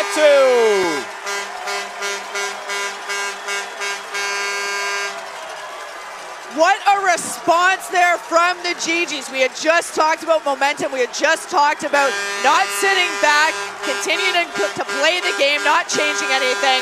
That is what Ottawa just did, and a lot of times it is in the response. A nice play there by Belchamber, taking the pressure off. Chenier picking up the loose puck and making no mistake with that shot as it goes top left-hand corner above Edmonds. And again, the second goal so far for Gee-Gees, where the shots really, both of them, beat Kai Edmonds up high. High over the blocker side, both goals as well. And with 5:56 remaining here in the second period, the scoreboard is littered up with 2s. 2 goals apiece in the second period. And the 2020 Gee-Gees men's hockey team making some noise behind of Kai Edmonds over there. Vero to McMaster. Up to Poulain, he tips it down in deep, negates the icing. Brand receives it on his backhand to Iannello. Iannello, Verreau on him that causes a quick turnover. Here's Verreau with it. Didn't have anywhere to go, just forces it down low. Brand up to Gersoy. Gersoy plays it forward. Grigorev knocked off the puck, fighting to try and get it back, but Poulain comes back for the Gee-Gees to steal it. Verreau can't clear. Kept in by Ross. Ross gets it back down low. Grigorev battling, picked up by TMU in the far corner. Gersoy pinned up against the boards. Grigorev up to the point. Condata on this near side, looking for a tip, gets one in front, but it goes wide and is picked up by Verreau. Luca Verreau gets over the line and will softly lay it in and peel off on a change. Condata trying to play it quickly to catch the Gee-Gees with a couple men changing down ice, and that will be icing called against TMU. 4:37 remaining here in the second period. A back and forth game, leaving these two OUA rivals tied up at 2. And it's been a good game so far, back and forth. Again, obviously both teams capitalizing on opportunities. TMU, those opportunities really coming in form of shots from the point and then making sure they recover the puck to get those rebounds. And U Ottawa having a very good response. The most recent goal coming from Brad Chenier, being assisted from Belchamber and Clavel. Chenier so far a couple of points now in this game. Icing once more by TMU, and will do this face-off inside of their own end. Getting very used to the icings that TMU does here. It's almost like they want to try some different face-off plays, see if they can get something going that way. But again, a lot of stoppages as a result of these multitude of icings. LaBelle will line up in the circle against Dintino. Scramble draw, one back by the Gee-Gees. Here's LaFrance. He'll send it down into the far corner. LaBelle plays it off the wall. Up to the point. LaFrance waiting, firing. It's blocked in front on the way to goal. Martin hit hard into the boards by Condata. Martin still picks it up though. Sends it down low, around the boards to the far side. Grigorev lifts it up to Dintino. Martin keeps it in. Stratus plays it back down low. Martin chasing Condata first to it. Nice little play to himself. Dintino then fires it down ice, and that will be icing waved off, and we'll have a chance for TMU to get a change. They get 2. LaBelle knocked down with a high stick by Playfair. Bouncing puck. Playfair regroups and sends it to Ross in his own end. Ross to Playfair. Playfair dumps it in deep. LaFrance chasing there. Bowie first to it. Martin to Rupoli at the point. Rupoli, sharp angle, chance toward LaPena, and he holds on for a face-off. 3:26 remaining in the second period. Some pretty good offensive zone time for both teams here as we come to a face-off to the right of LaPena. Previously, Gee-Gees having a bit of time there in the Bold zone. I really liked how Martin actually had backed up, supported Stratus as Stratus went down, trying to keep the play alive. Some really good communication there and good spacing amongst the Gee-Gees players. Offensive zone draw win. Rupoli fires from the point. Rebound kicked away. They still jam away. Bowie's shot was blocked by Le Guerrier, and now the Gee-Gees will carry it up ice. Desgagne to Seguin. Delay call coming. Seguin trying to feed it out in front, and Edmonds holds on. Arm up by the official, and we are going to see a Gee-Gees power play here, I believe. And we'll wait to get confirmation exactly what it is, but it is going to be Bowie's going to be the one headed off. And slashing will be the call against Bowie, and the Gee-Gees will head to the power play. I'm not sure exactly if it was on the play in the Gee-Gee zone on Le Guerrier, but yeah, it wasn't even. Yeah, let's take a look there. I think it happened just before that. That was when the official's arm was up before. So, nonetheless, the Gee-Gees will head to the power play once more. 1 for 2 so far this afternoon on the power play. Chagru will line up for defensive responsibilities in the face-off circle for TMU. LaBelle, offensive zone draw for the Gee-Gees. Scrambled, one back by the Gee-Gees. Stratus off the draw, fires. Big stop there. Rupoli got him front to block. We talked about how good Rupoli is at blocking shots earlier on in this broadcast and shows it there. Sorry, that was Spencer Chagru. My apologies. Chagru gets it forward. Playfair. Stratus behind his own goal. 1:33 remaining in this Gee-Gees power play. LaBelle up to the far side. Roy stopped at the line by the Bold and sent down ice once more. Almost a miscommunication there between Stratus and LaPena, but no bad consequences there as Stratus brings it up the ice. Stratus didn't like what he saw, will curl back into his own end, and the Gee-Gees will look to set up another zone entry attempt. Chenier's stick was knocked out of his hands by Martin. Bellchamber has to go back as the Gee-Gees regroup and now will change. Sege over the line of Chenier. Chenier with the new stick. At the line, keeps it in. Sege curls at the line on the near side. Clavel back to Sege. Seguin, Clavel, Martin. Down low for Chenier. Chenier trying to carry it out in front. Puck sitting there at the top of the crease. Where is it? They jam away, trying to find it. Puck still loose. There's a dog pile over top. They still try to jam away. Now it's cleared down ice. TMU are the ones that find it. And will clear down. 20 seconds remain in the Gee-Gees power play. They get it quickly and stopped by Ian Martin. Well done defensively to intercept that play and send it down ice. Really good job by the Bold, completely really neutralizing the Gee-Gees power play. A lot of the time taken up by the Gee-Gees, circling back before and trying to break out, not liking what they'd seen originally. Back to even strength hockey now. Seguin fires one toward goals. Edmonds will take his own rebound and hold on for a face-off with 1:06 remaining here of the second period. And take a look at the scramble in front of Kai Edmonds trying to find the puck. And it seemed like for a lot of it, it was under Ian Martin before the Bold were finally able to get it and clear it down. There was Portocalis finally finding it and getting the clear. Nervy moments there, though, as you saw Edmonds just on the ice trying to make sure that he knew kind of where it was before they were able to get that clear.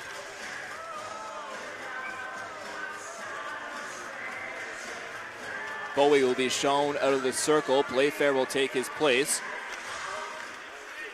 Playfair wins it back. Condata off the glass, down ice, and that will bounce down all the way for another icing call against TMU. Exactly 1 minute remaining here in the second period.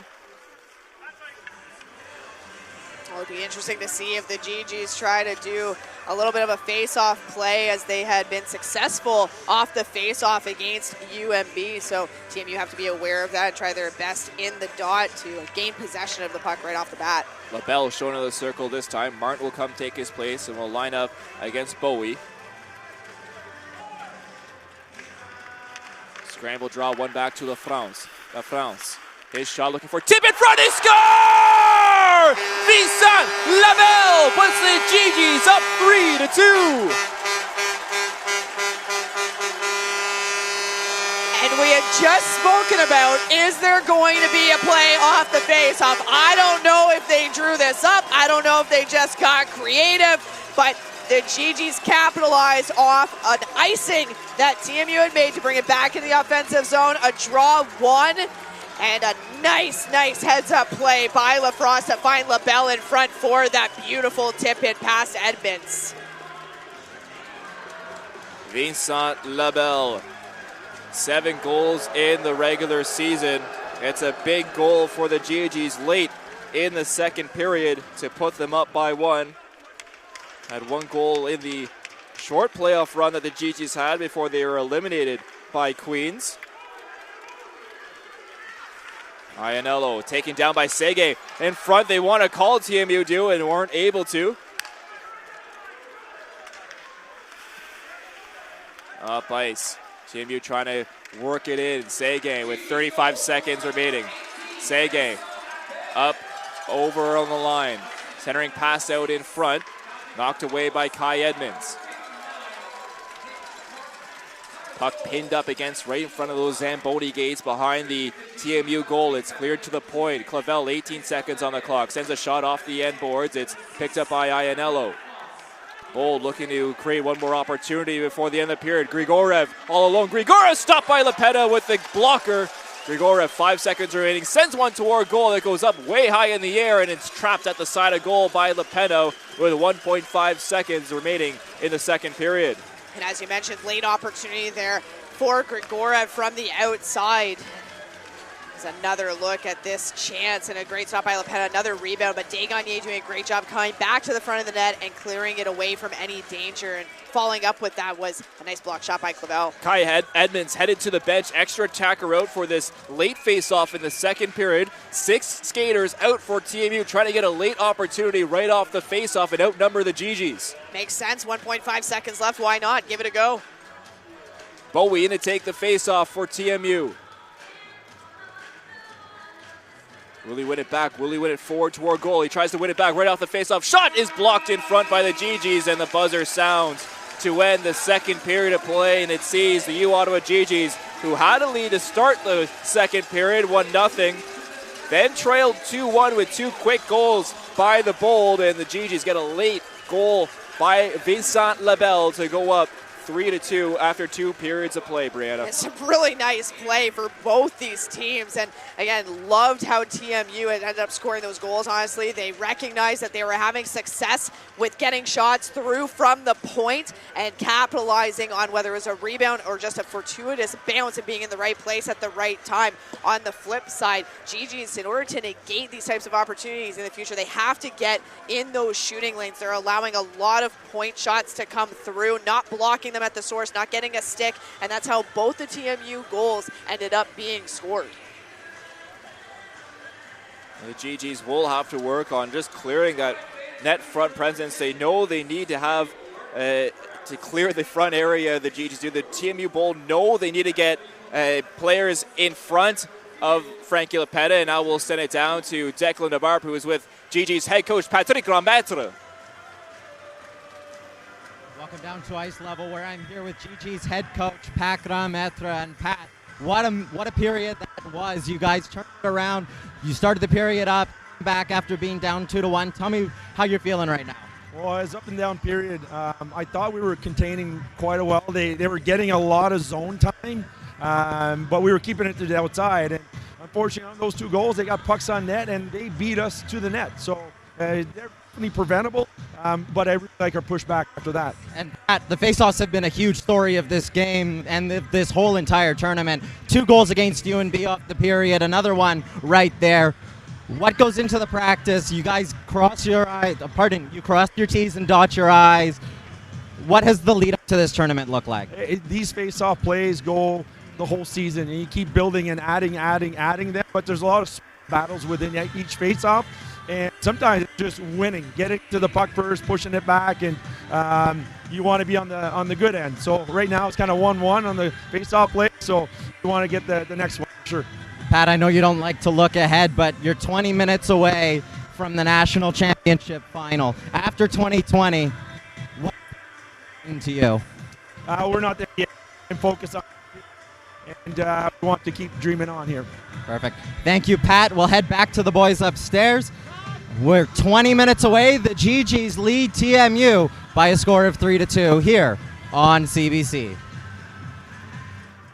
Brandon Wool with here alongside me, Tyler McDonald and Patrick Grandmaître, talking about those face-off plays that he draws up, that his team draws up, this entire coaching staff working on the technicalities that he mentioned being 1-1 on either side off the face-off.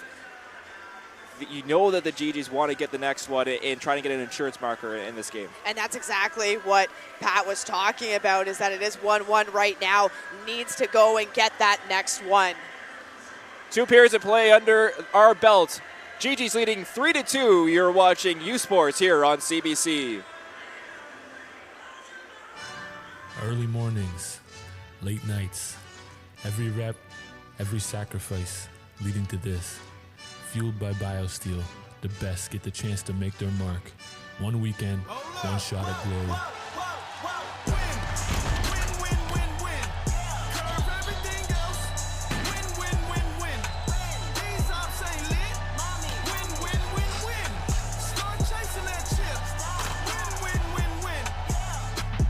The lights are bright, the stakes higher. This isn't just a game, it's the moment. Hydrated, focused, ready to win. Powered by BioSteel. Welcome to Championship Weekend.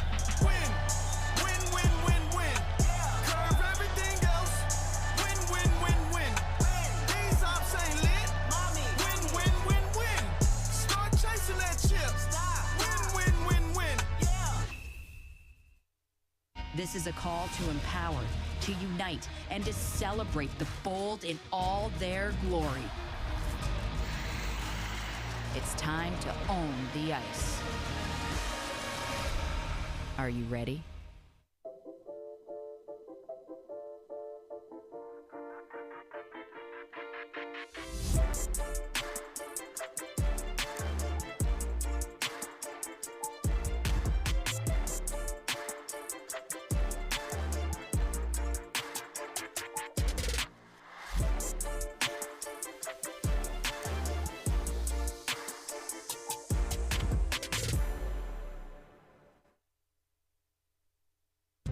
Where exceptional student athletes are born, where records are broken, where great plays are made, where school colors ignite passion, where champions prevail, where tradition is celebrated, Ontario University Athletics.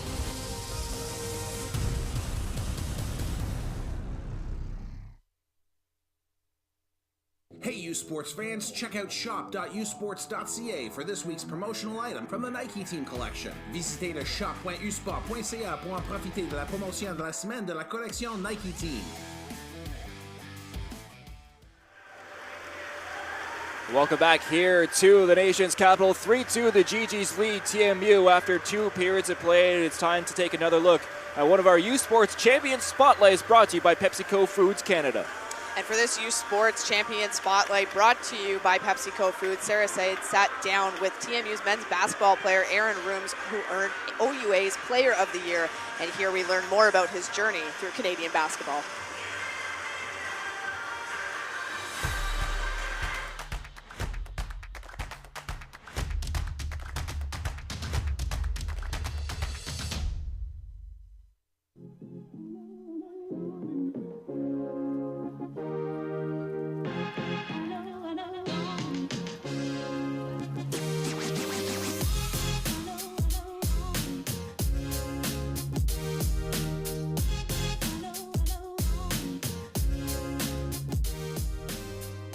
I'm with Aaron Rooms, who plays basketball for the TMU Bold. Aaron, I was wondering if you could tell me when you first started playing basketball. I started playing basketball when I was about 9. Played for this little club in Oakville called the Oakville Vitas. When I was 9, even before that, I was doing rec league. So my dad was there, and he was just I was always taller than everybody else. It was just why not you play basketball? You have all the accolades. So OUA Rookie of the Year, U Sports Rookie of the Year. Yeah. What was the first year for you in U Sports basketball like? It was tough, I'm not gonna lie, because the transition between high school and university, I think for anybody is difficult, either from an academic or a sports standpoint. But I was, grateful to have a great coaching staff and Coach David DeVero. He helped me transition really well. He put his trust in me right away, which is not something you see a lot in rookies. I was a starter right away. As the year went on, things got easier, of course, as I adjusted. That offseason, right after your rookie year, is when you got drafted to the CBL, correct? Yeah. So you're going from high school to uni, then CBL, Shooting Stars. Yeah. How did you feel? Did you kind of expect that to happen in that way? Honestly, no. I literally I went into my first year thinking obviously I want to play and I just wanted to make an impact. It was expressed in my game where I was just working hard all the time. I just wanted to make an impact. I wanted to be the best I could be. I even had the experience or the opportunity, to wear Canada across my chest out in Chile for the Nations League for 3-on-3. That was a surreal experience. I felt so proud, you know, just wearing the red and white. There's this narrative that, oh, Canadian universities aren't that good in terms of sports, you know, and, you know, just like the uprising of Canada basketball and how like great it's become and how big it's becoming with like the WNBA now coming to Toronto. You know, people are recognizing Canadian basketball players in the NBA now more and in the Olympics. Like, it's just great to be a part of that conversation and contribute to the growth of Canada basketball.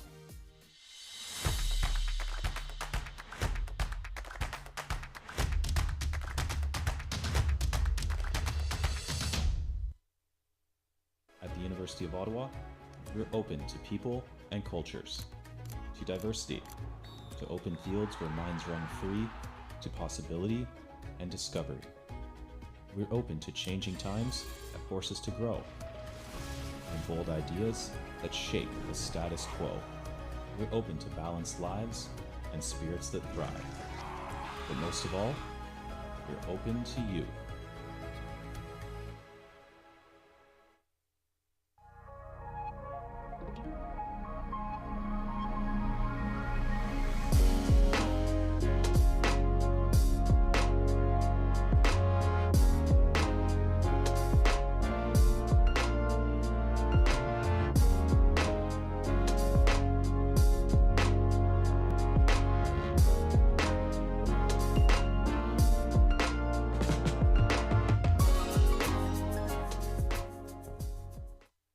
This is a call to empower, to unite, and to celebrate the bold in all their glory.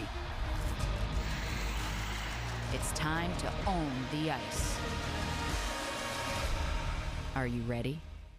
Feel every hit, goal, and celebration as if you're standing right on the sideline, immersing you in the game like never before, bringing heart-pounding action directly to millions of fans.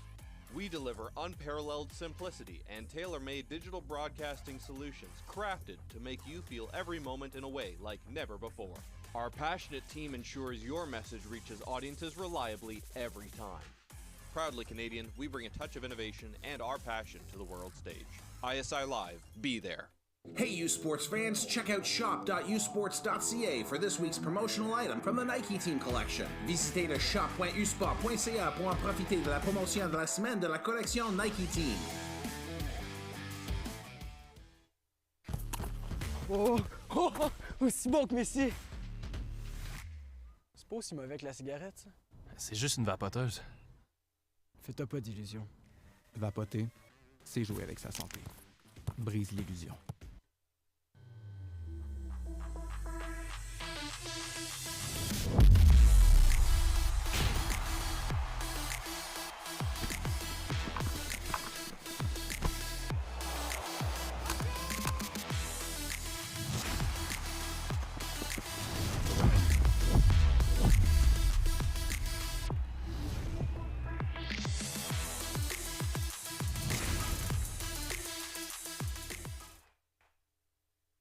Le sport en direct sur ici-tout.tv.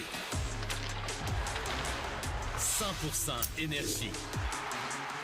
100% gratuit. Votre meilleur plan de match pour voir des performances exceptionnelles. Des athlètes de grand talent. Des sports de haut niveau. Tout ça sur l'appareil de votre choix. C'est simple et gratuit sur ici-tout.tv.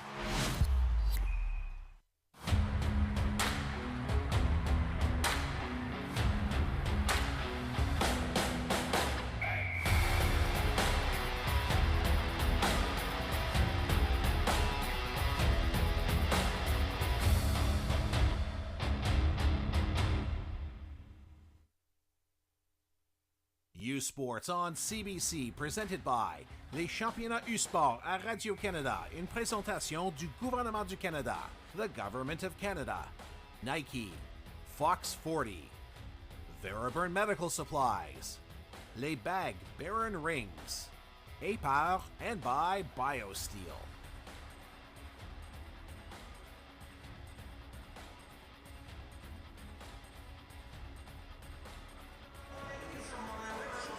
Welcome back here to the Arena. TD plays 3-2. The Gee-Gees leads. We take a look at our Marriott highlights from this second period, and it was a goal fest. 4 goals in the second period between both these teams as Kai Edmonds was active behind goals, set up that beautiful pass out.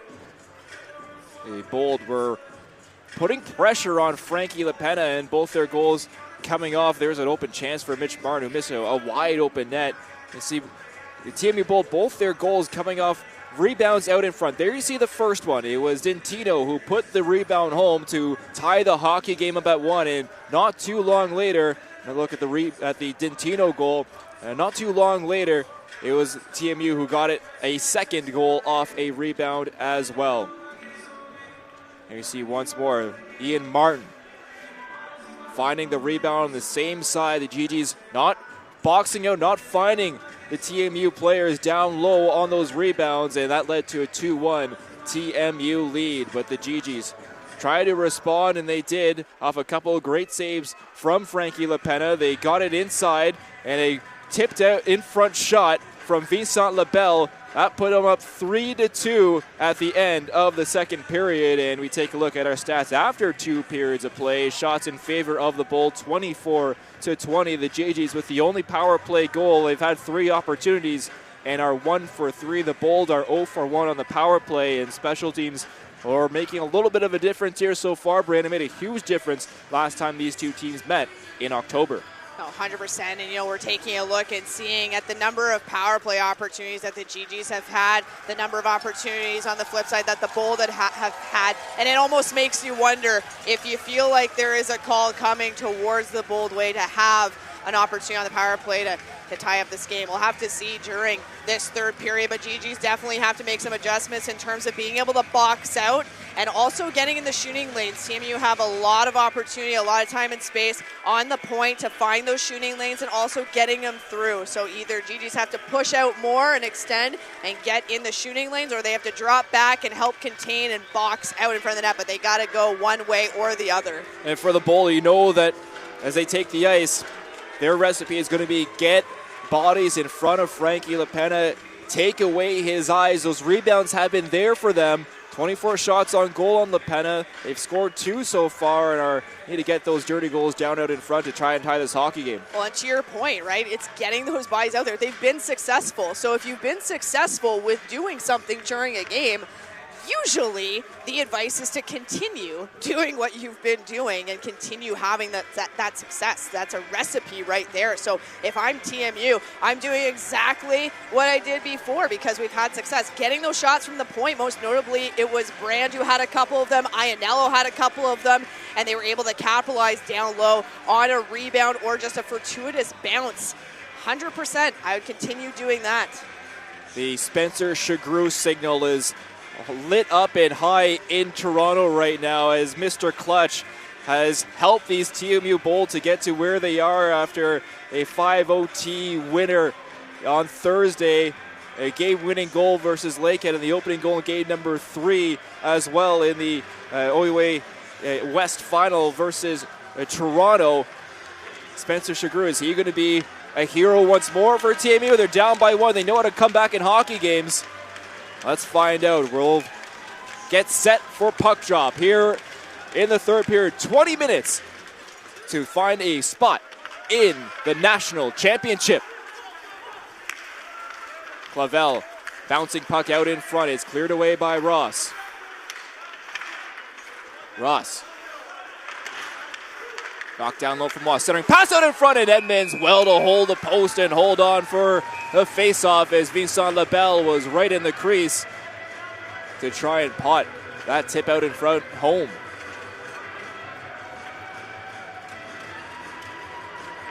Again, a quick start there for the Gee-Gees, getting the initial opportunity on Edmonds. Hard forecheck as Waugh ends up with the puck, just puts it out in front, throws it towards the net, goes off Vincent Labelle, and like you mentioned, Kai Edmonds just able to stop that puck and calmly freeze it for a face-off to the left of him. Offensive zone draw for the Gee-Gees. Seguin wins it back to Desgagnés. Stratus. His shot toward goal is blocked by Dentino, who got a skate out in front. Bouchard Picks it up to the high slot, trying to find Desgagnés, who is separated off the puck by Gersoy. Out to center, it's ripped right back in by the Gee-Gees, and Edmonds will leave it there for Ross. Still offside of the Gee-Gees, and that gives TMU lots of time. Grigorev loses the puck there. Bouchard picks it up. Can't enter the zone, though. Brand. 1-2 moves, then blows a tire. Works it back to Ross, who recovers for his D partner. Dintino around the net.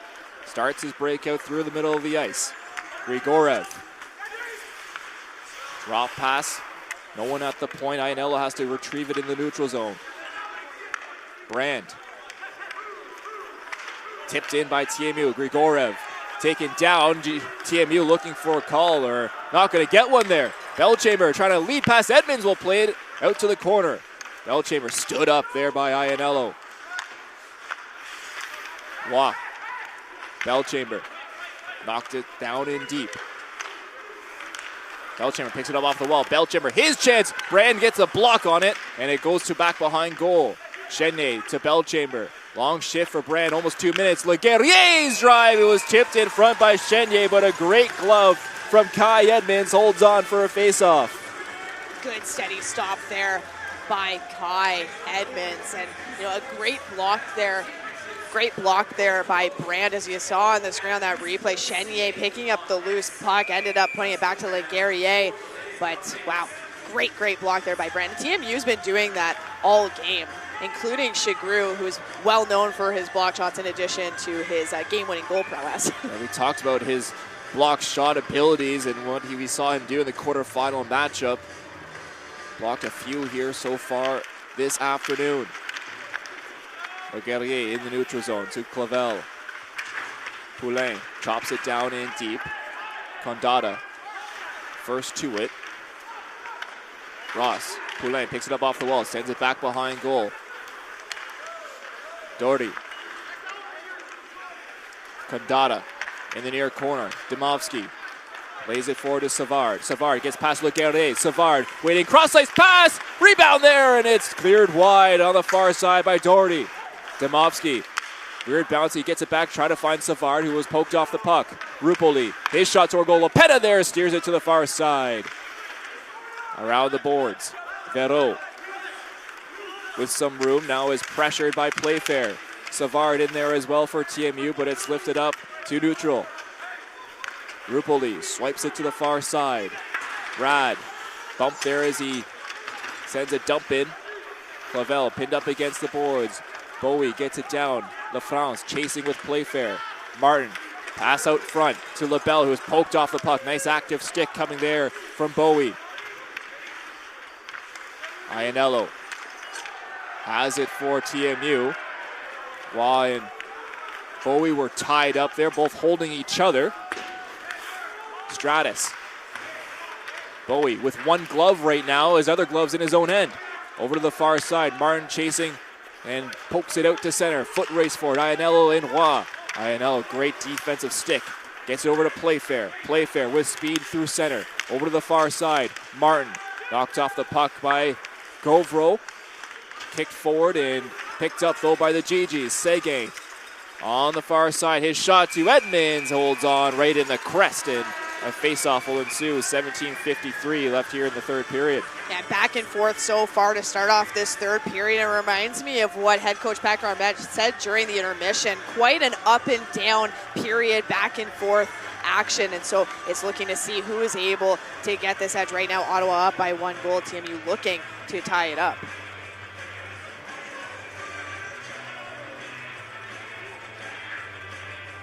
Officials just converging as we're just taking a look at the time.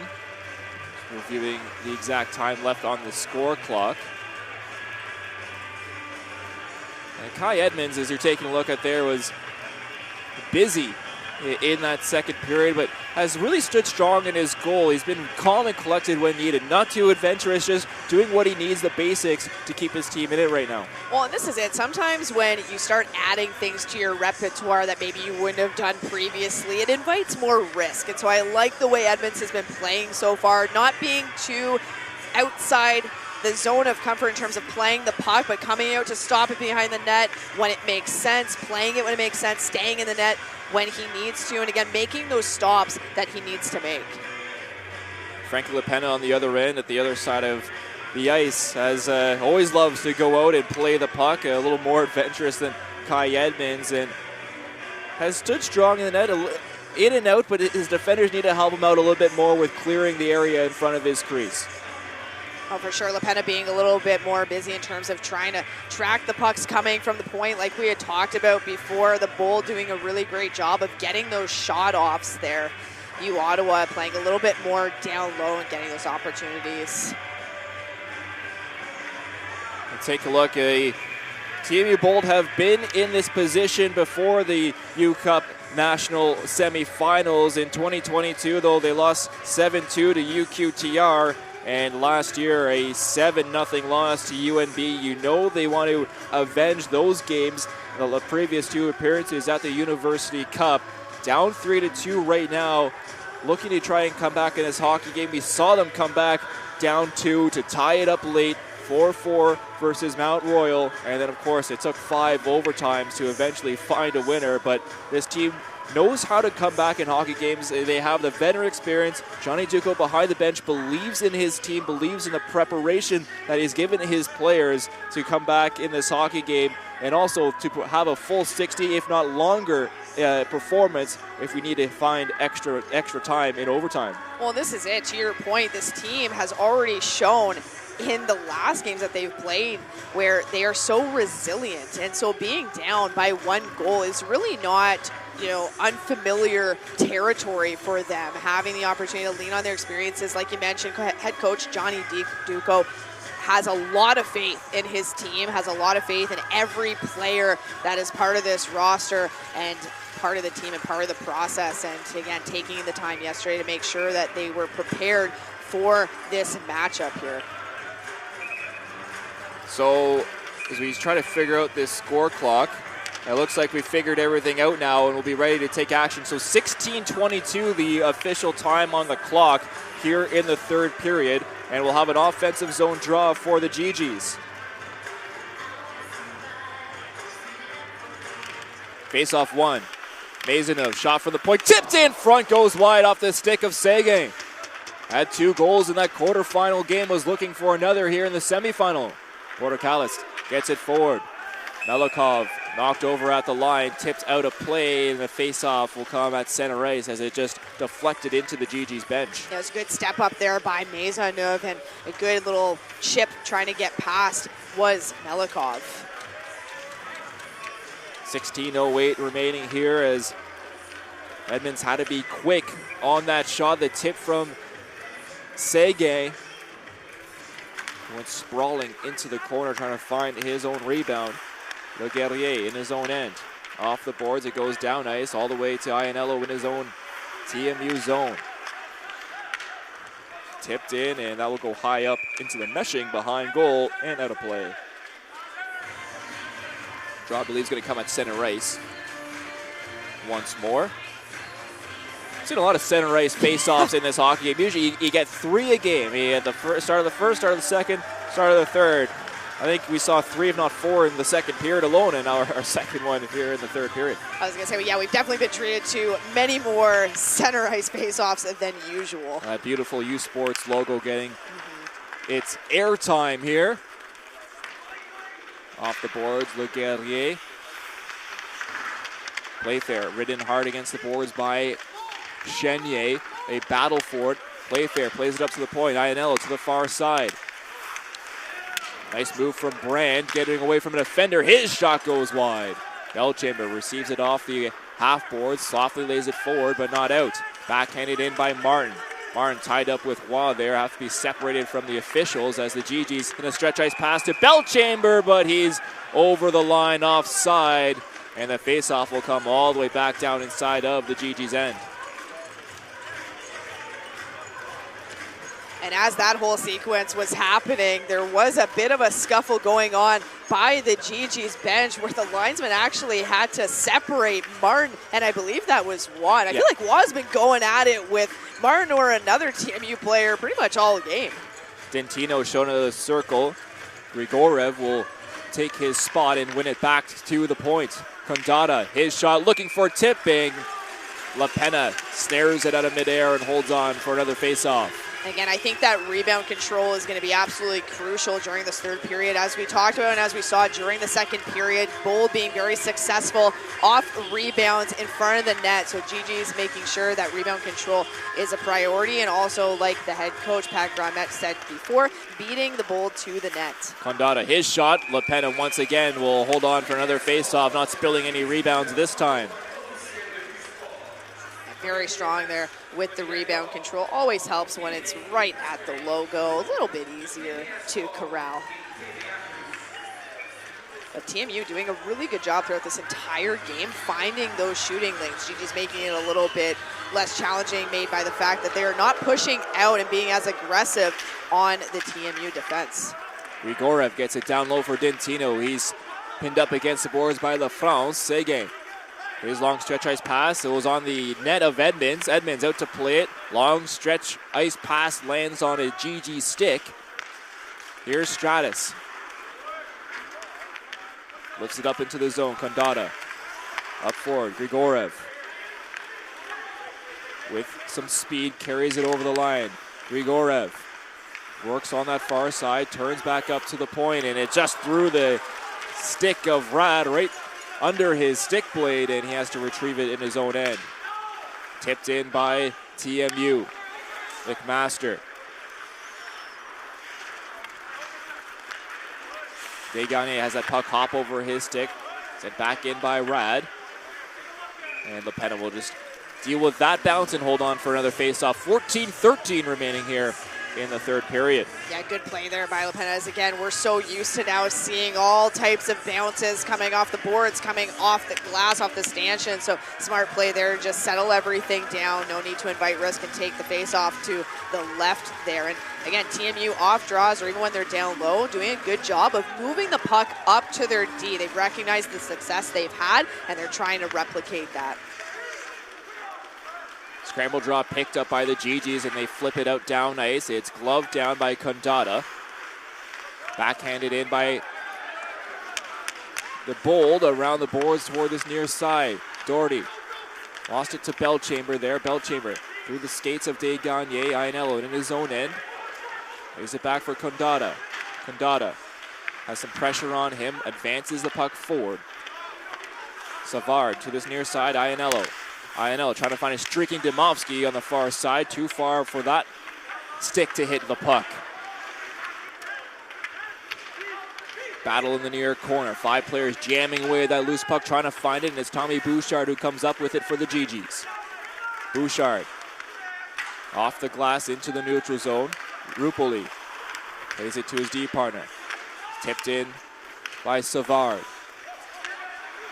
Clavel up forward, try to find Roy. He collided with Rupoli there and lost focus on the puck. Savard, Playfair plays it back in deep. Clavel chops it to the far side. Govro battling with Playfair. Bowie also entering that battle with Martin.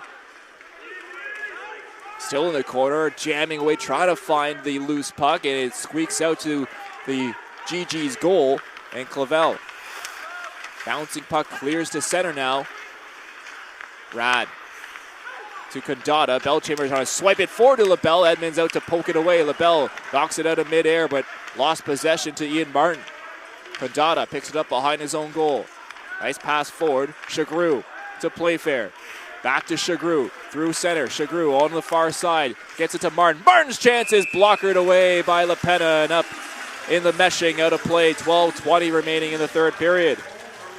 There's a nice transition there that started off with Chagru, and then again passing it over to his teammate Ian Martin on the side, where LaPena just had to get a little bit of a blocker stop up there. And something I've noticed throughout this third period so far, it seems like TMU is starting to do a little bit of the dump and chase, trying to make sure that they tire out the Gee-Gees, forcing them to turn around, pivot, and chase the puck back into their own zone. Iannello. Portocalis Had to be forced back into the neutral zone. I know, now turns it over to Kingsbury Forney. Trying to get over to Shenny. Bouncing puck. Shenny still fighting for it. Backhand out in front. Kingsbury Forney trying to find it, and it's cleared away by TMU. Chagru over the red line and down in deep. LaPena plays it quickly for Desgagnés right off the bench. Mathieu Desgagnés stops up just over the line. His pass was knocked down by Ross. Big hit there as Chenier lays out Condata. Tipped in by TMU. Stratus, first to it for the Gee-Gees. Pardon me, that's McMaster. McMaster up to Desgagnés, over his stick. Ross then plays it forward. Gee-Gees dump it down in, but that goes way up high and into the meshing. Out of play, 11:26 now remaining in the third period. And again, the physicality continues here in this third period as we saw a couple big hits there by Bouchard and one most recently from Chenier. And wow, he just didn't even look at the puck. He went right in on the body. Face-off will come outside of the TMU zone. Dintino in to take the face-off for TMU against LaBelle.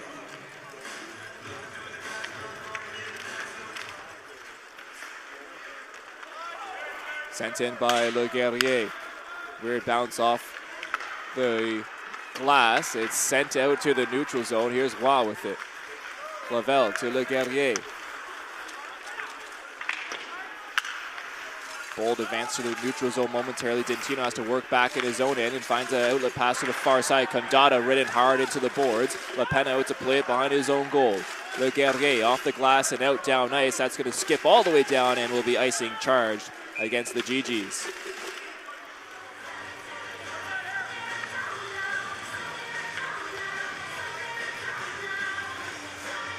A Savard line comes on the ice for TMU. Tyler Savard, the leading penalty minute player on his team, also son of Mark Savard. Trying to make a difference for his team using his physicality and his goal-scoring abilities. Face-off won back defensively by the Gee-Gees. Around the boards to the far side. It's kept in at the line. Only momentarily is now a foot race for it. Martin race with Ianello. Martin, well, great stick from Ianello to get ahead of Martin. Looks like Martin was winning the foot race, but a great reach from Ianello to deny Martin that opportunity. Bouncing puck, still trying to find it, are both these teams. Ianello comes up with it. Doherty on this near side. Doherty. Brand. Stretch ice pass, couldn't find Savard. Tipped, icing waved off. LaFrance loses it to Savard. Savard setting pass and a stick in front. Doherty was there. Here's a shot from Condata at the point, blocked by Stratus. Turned over once more. Condata right in the slot. Savard. Condata waiting. Errant stick on the ice as well. Savard cycles it down low. Doherty. Battle back behind goal. Stepping up on the far side, keeping it in was Ross. Down low, Doherty. Cycling it there. Bowie up to the point. Ross, his chance, it's steered away by LaPena. Stratus, long shift for these Gee-Gees now. LaFrance kicks it forward. Desgagnés trying to chop it away. Softly plays it up to Seguin. Seguin will carry it out and allow the Gee-Gees to change. Softly lays it in. Played quickly by Edmonds. Playfair. Condata back to Playfair. In his own zone. Nice backhand. Is intercepted though. Govro fires it down inside of the TMU zone. Edmonds out to play it behind his own goal. To the far side. Oh, a big hit there. TMU won a boarding call as Chenier laid into Ross. Chenier maybe getting a little lucky on that one. I was going to say, getting a little bit lucky, a little bit fortunate. Again, it's been Chenier, it's been Martin a couple of times, so Gee-Gees do have to be careful with their physicality. Ian Martin on it for TMU with Playfair. It's sent around to the far side. Brad back down low. Near side now, McMaster plays it off the boards and down ice. Rupoli. 1-2 pass. Dintino over the line for TMU. Dintino stops up toward the point. It's intercepted by Belchamber. Belchamber Tied up. Lost the possession there. Dintino picks it up over the line. Dintino, his shot toward LaPena is blocked away. Belchamber chops it out to the neutral zone, and the Bold will retrieve it. Rad. Nice edge work spinning away from a check. Rupoli now with it on this near side. Rupoli over the line, sends it toward LaPena. Steered into the corner. Clavel on it for the Gee-Gees. Pins himself up against the boards. Pressure there coming from Gersoy. Cleared out by the Gee-Gees. On this near side, Luca Vettel picks it up in front of his own bench and sends it in. Heads off on a change.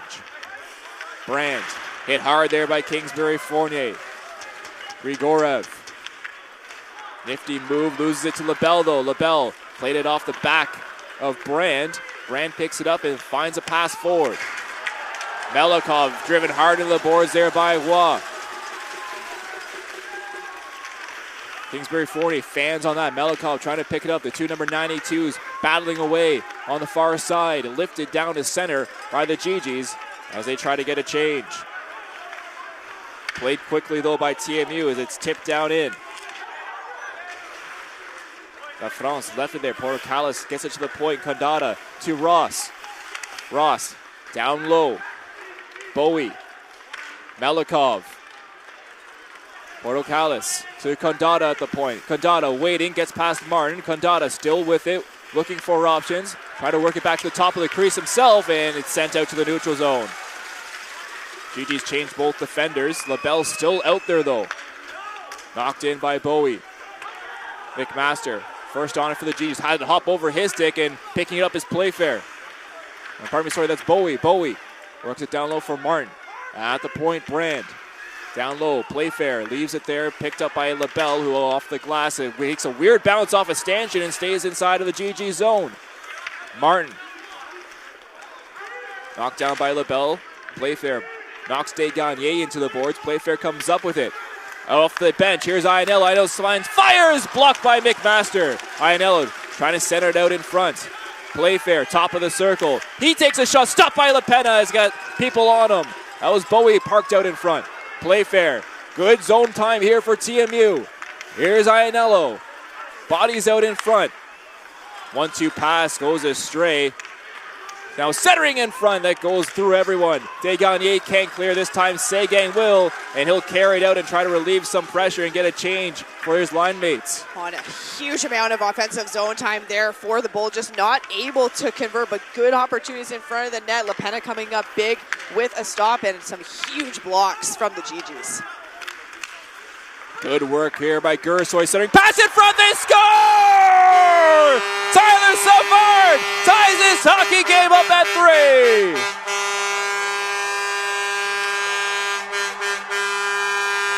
It's almost like Tyler Savard heard us up here in the box talking about him. His ears must have been burning. Great transition play shown there by the Bold. A battle won by Gersoy and throwing it out to none other than Tyler Savard, who again was pretty much left unattended in front of the net. It's not good enough to just stand next to the player you are marking. You have to take their stick. If you can't take their stick, you have to take their body.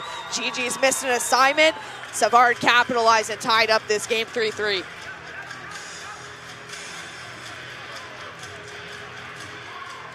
Teams headed to the bench. And not sure if there's a timeout called here. Didn't get didn't see a signal. I think Coach Paquet-Mates, I believe, may have called a timeout to settle his troops down a little bit here in the third period. Trying to get confirmation on who called the timeout, but nonetheless a timeout taken. And if it was U Ottawa who decided to take it, not a bad time to go and do so. U Ottawa have been hemmed into their zone a little bit, a lot of fatigue by the players as they had some extended shifts and the Bull taking advantage. So not a bad idea to settle it down there.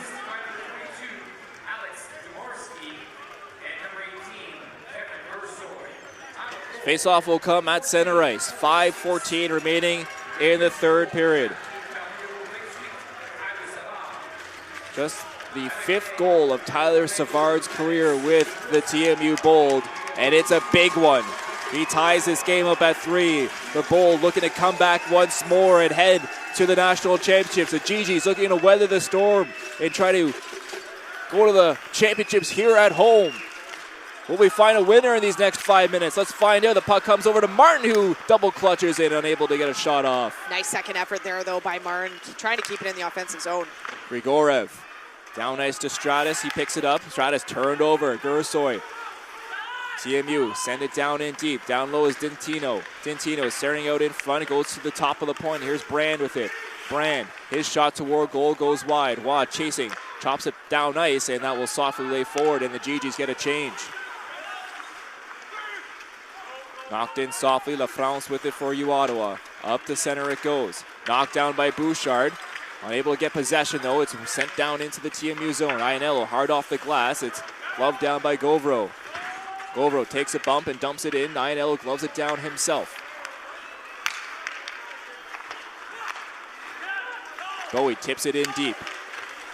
Here's Martin. Martin's chance, and LaPena holds on for a face-off. 4:10 remaining here in the third period as we will catch our breaths here with 4:10 remaining in the third period. 3-3 tie between TMU and Ottawa. We'll see if we can find a winner next. You're watching U Sports here on CBC. Le sport en direct sur ici-tout.tv. 100% énergie. 100% gratuit. Votre meilleur plan de match pour voir des performances exceptionnelles sur l'appareil de votre choix. C'est ici-tout.tv.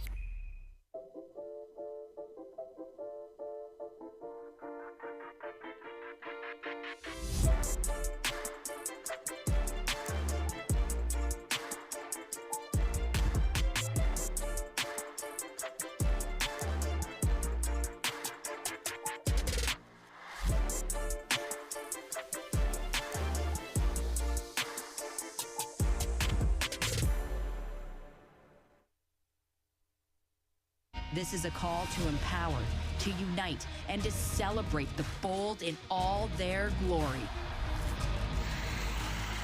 It's time to own the ice. Are you ready? Welcome back here to TD Place, and hockey world still talking about the 5 overtime game where TMU defeated Mount Royal in the longest ever U Sports men's hockey game. And it's cool being part of history with you, Brianna, and calling the longest game ever in men's U Sports history. But wow, it just was crazy how the hockey world got talking about the crazy game we saw here at the National Championships. I mean, that's something you really don't see all that often, clearly, and wow, to be a part of that and also witness what happened there was absolutely unbelievable. Down low, it's centering pass out in front. Couldn't find Vero for U Ottawa. Govro's long shot is knocked down in front by the Bold and lifted out to center. Govro. McMaster. Lifted down ice, tipped in, icing waved off. Brand. Around the boards to the far side, it's Martin. Martin. Tried to plate it to Dintino. Gee-Gees up forward, Martin. Down in for the Gee-Gees. Ianello around the boards to this near side. All the way down to Mitch Martin for the Gee-Gees, who sends it right back in. Ianello. Grigorev up forward. Gursoy, nifty little move to get around Le Guerrier. LaBelle takes him hard into the boards. Le Guerrier then hammered down there. Gee-Gees want a call. They're not going to get one late in the third period. Le Guerrier. Forward comes Mitch Martin. Mitch Martin's drive is blocked in front by Dintino. Gursoy hops over his stick. Rupoli gloves it down for TMU. Rupoli down in deep. Stratus. 2:44 remaining here in the third period. LaFrance up forward for Seguin. Seguin. That will be icing called. Not sure if he got a stick on it. Don't think he did. And the draw will come back down inside of the Gee-Gees territory with 2:32 remaining on the clock. But again, you see the physicality this time with LaBelle behind the net. Ended up taking a couple extra shots afterwards. But again, the arms are going to stay down. It has to be something pretty blatant for the officials to go and call it this time. And both teams have to be so careful and so disciplined so as to not overextend themselves because they're so focused on the hit. They still have to go and manage the puck effectively. Offensive zone draw, won by TMU. Brand's shot is blocked there by Desgagnés. Brand keeps it in though. Bouchard. Around the boards to this near side. Chop forward off the glass and Bouchard will clear it. Over the red line, he sends it down in deep. Gee-Gees wanting a call there. Arms are going to stay down here late in the third period. As you mentioned, Brianna. McMaster. Stretch ice pass finds Luca Verreau. Verreau makes one move. Luca Verreau, good defensive play there coming from Condada. Down ice, and that will be icing called against TMU with 1:56 remaining in the third period. Officials here just making sure they have the correct personnel on the ice for TMU as they are not able to change. And Luca Verreau with just some silky mitts here, but not able to kick it back up to his feet for an opportunity as there was some good defensive play by the Bold defense, making sure he wasn't getting caught up looking at the puck, but just following the body as he needs to do.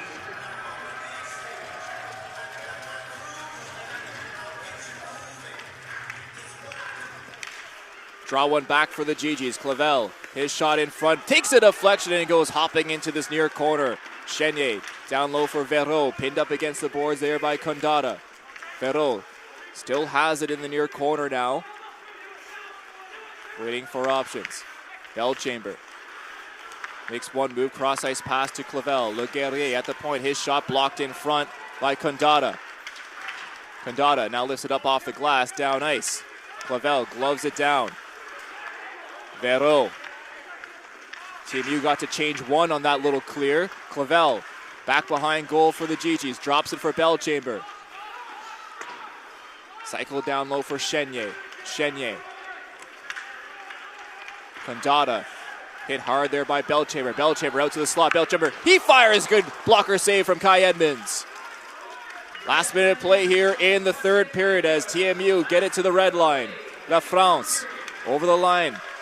Shot toward goal is stopped by Edmonds, who knew his team needed a change and holds on for a face-off with 52.7 seconds remaining here in regulation.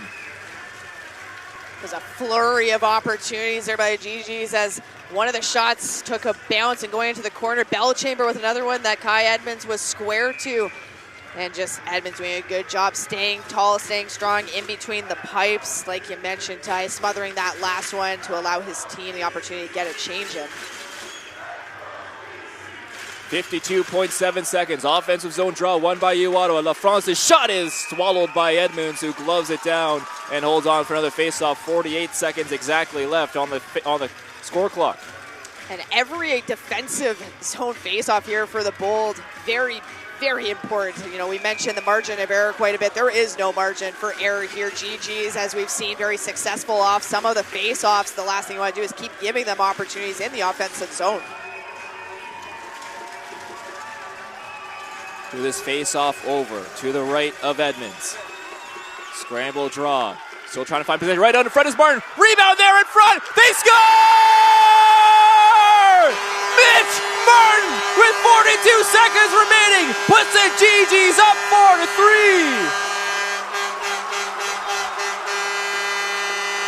Oh my goodness. Mitch Martin, his second one here, and we just talked about no margin for error, and Gee-Gees being successful off the face-off. And what just happened? The Gee-Gees were again successful off a face-off play. Every goal is reviewed. The referee talking. The phone is up though in the officials' box. We'll hold on and make sure there's no goaltender interference on this play, but we take a look. Edmonds was interfered a little bit there. He was the Gee-Gee player was pushed in. This will be really interesting to see what the video officials have to say about this replay. As of right now, Mitch Martin with his second of the game sees the Gee-Gees up 4-3. But let's wait and see what the video review says. Yeah, it'll be interesting to see what they end up saying, because as you mentioned, Gee-Gees player Belchamber thrown into Edmonds. but it was a TMU Bold player, a couple of them, that pushed him in.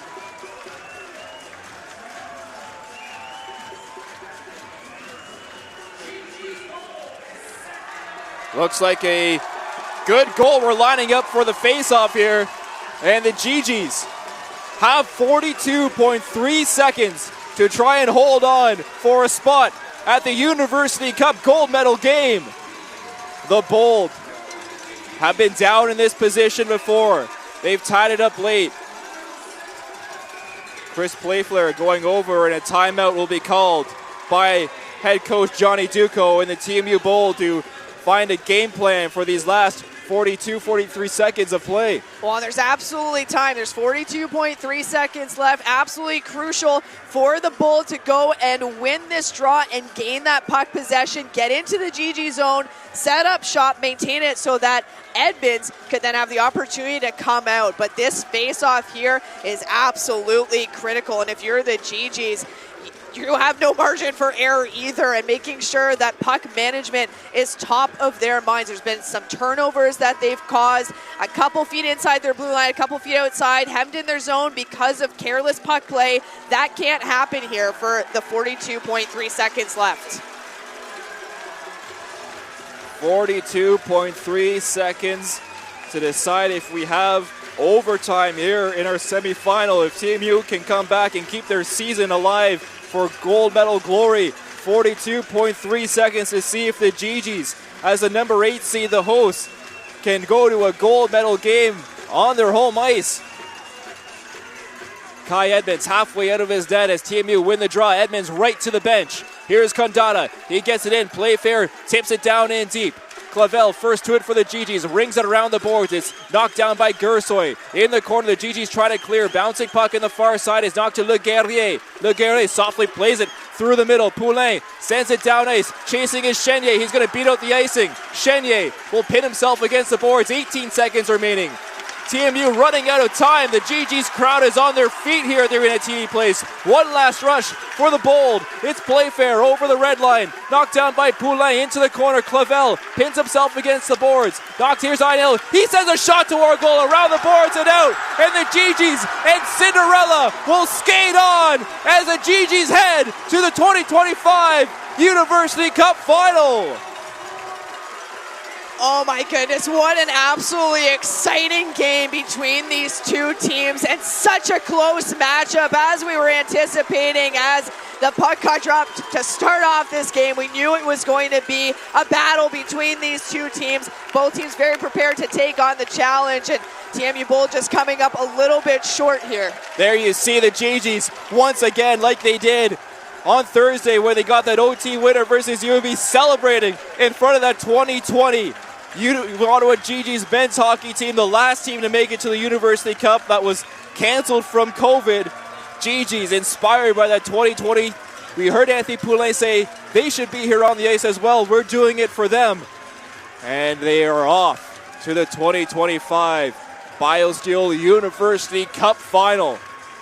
And for the TMU Bold, they have a game tomorrow as well. They'll play in the bronze medal game. But what a season from the Bold, making history, winning in 5 overtimes to go to this semifinal we saw here over Mount Royal. A fantastic game, but heartbreak once more for the TMU Bold in what was a fantastic hockey game between these two OUA rivals. A very well played game too, strategically coming from the Bold, and that was something that head coach Johnny Ducko had mentioned before the game, that they were prepared for it. They've been here. They have the experience, and this is one more learning experience that they are going to add to their toolbox moving forward. And as you mentioned, Ty, they do have a bronze medal game that they will match up for tomorrow, so still an opportunity to play for a medal there. Both teams shaking hands, a lot of respect between these two teams. You have to feel for these TMU players, like blood and sweat and tears all throughout this entire University Cup. 5 overtimes. They fought their way to get to this semifinal and just come up short late in the third period. Nothing to hang their heads on. Johnny Ducko in this entire program at TMU University, or TMU I should say, have done a phenomenal job building this Bold men's hockey team. You know, and it's as disappointing as it is as an athlete not being able to move on to the medal game that you wanted to, you still have to be so proud of the play that you've had here, making history, being resilient, never quitting, and really just playing until the absolute end. Both teams lining up at the blue line, and we'll send it down to our PA announcer for our Nike Players of the Game. Commandité par l'équipe Nike.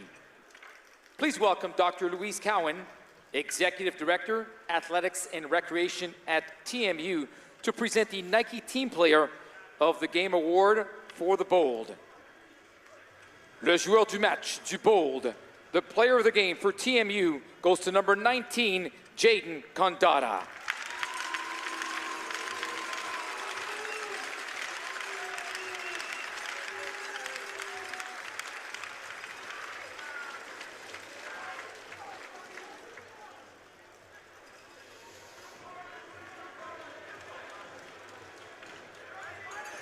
Congratulations. Maintenant, veuillez accueillir Dr. Stéphane Brutus. Please welcome Dr. Stéphane Brutus, Dean of the Telfer School of Management, to present the Nike Team Player of the Game Award for the victorious U Ottawa Gee-Gees. The player of the game for the Gee-Gees with 2 goals and 1 assist, number 59, Mitch Martin.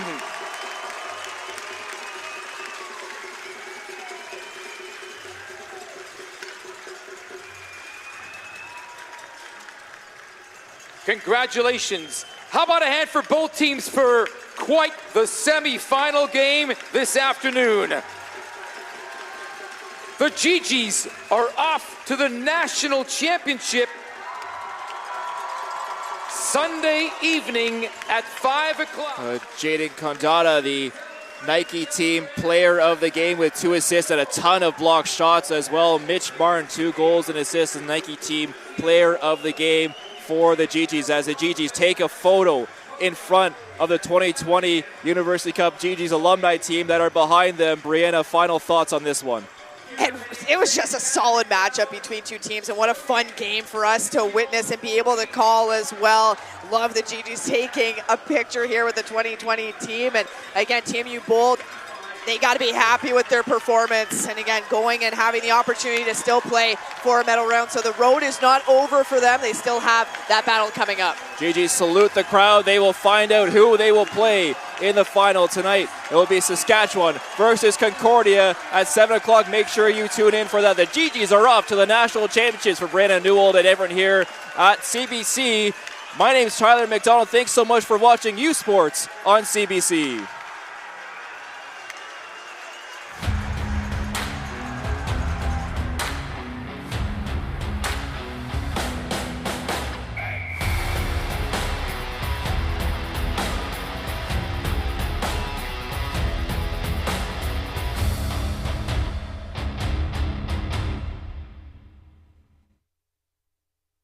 U Sports on CBC, presented by les championnats U-Sport à Radio-Canada, une présentation du gouvernement du Canada, the Government of Canada, Nike, Fox 40, Veriburn Medical Supplies, Les Bag Baron Rings, APAR, and by BioSteel.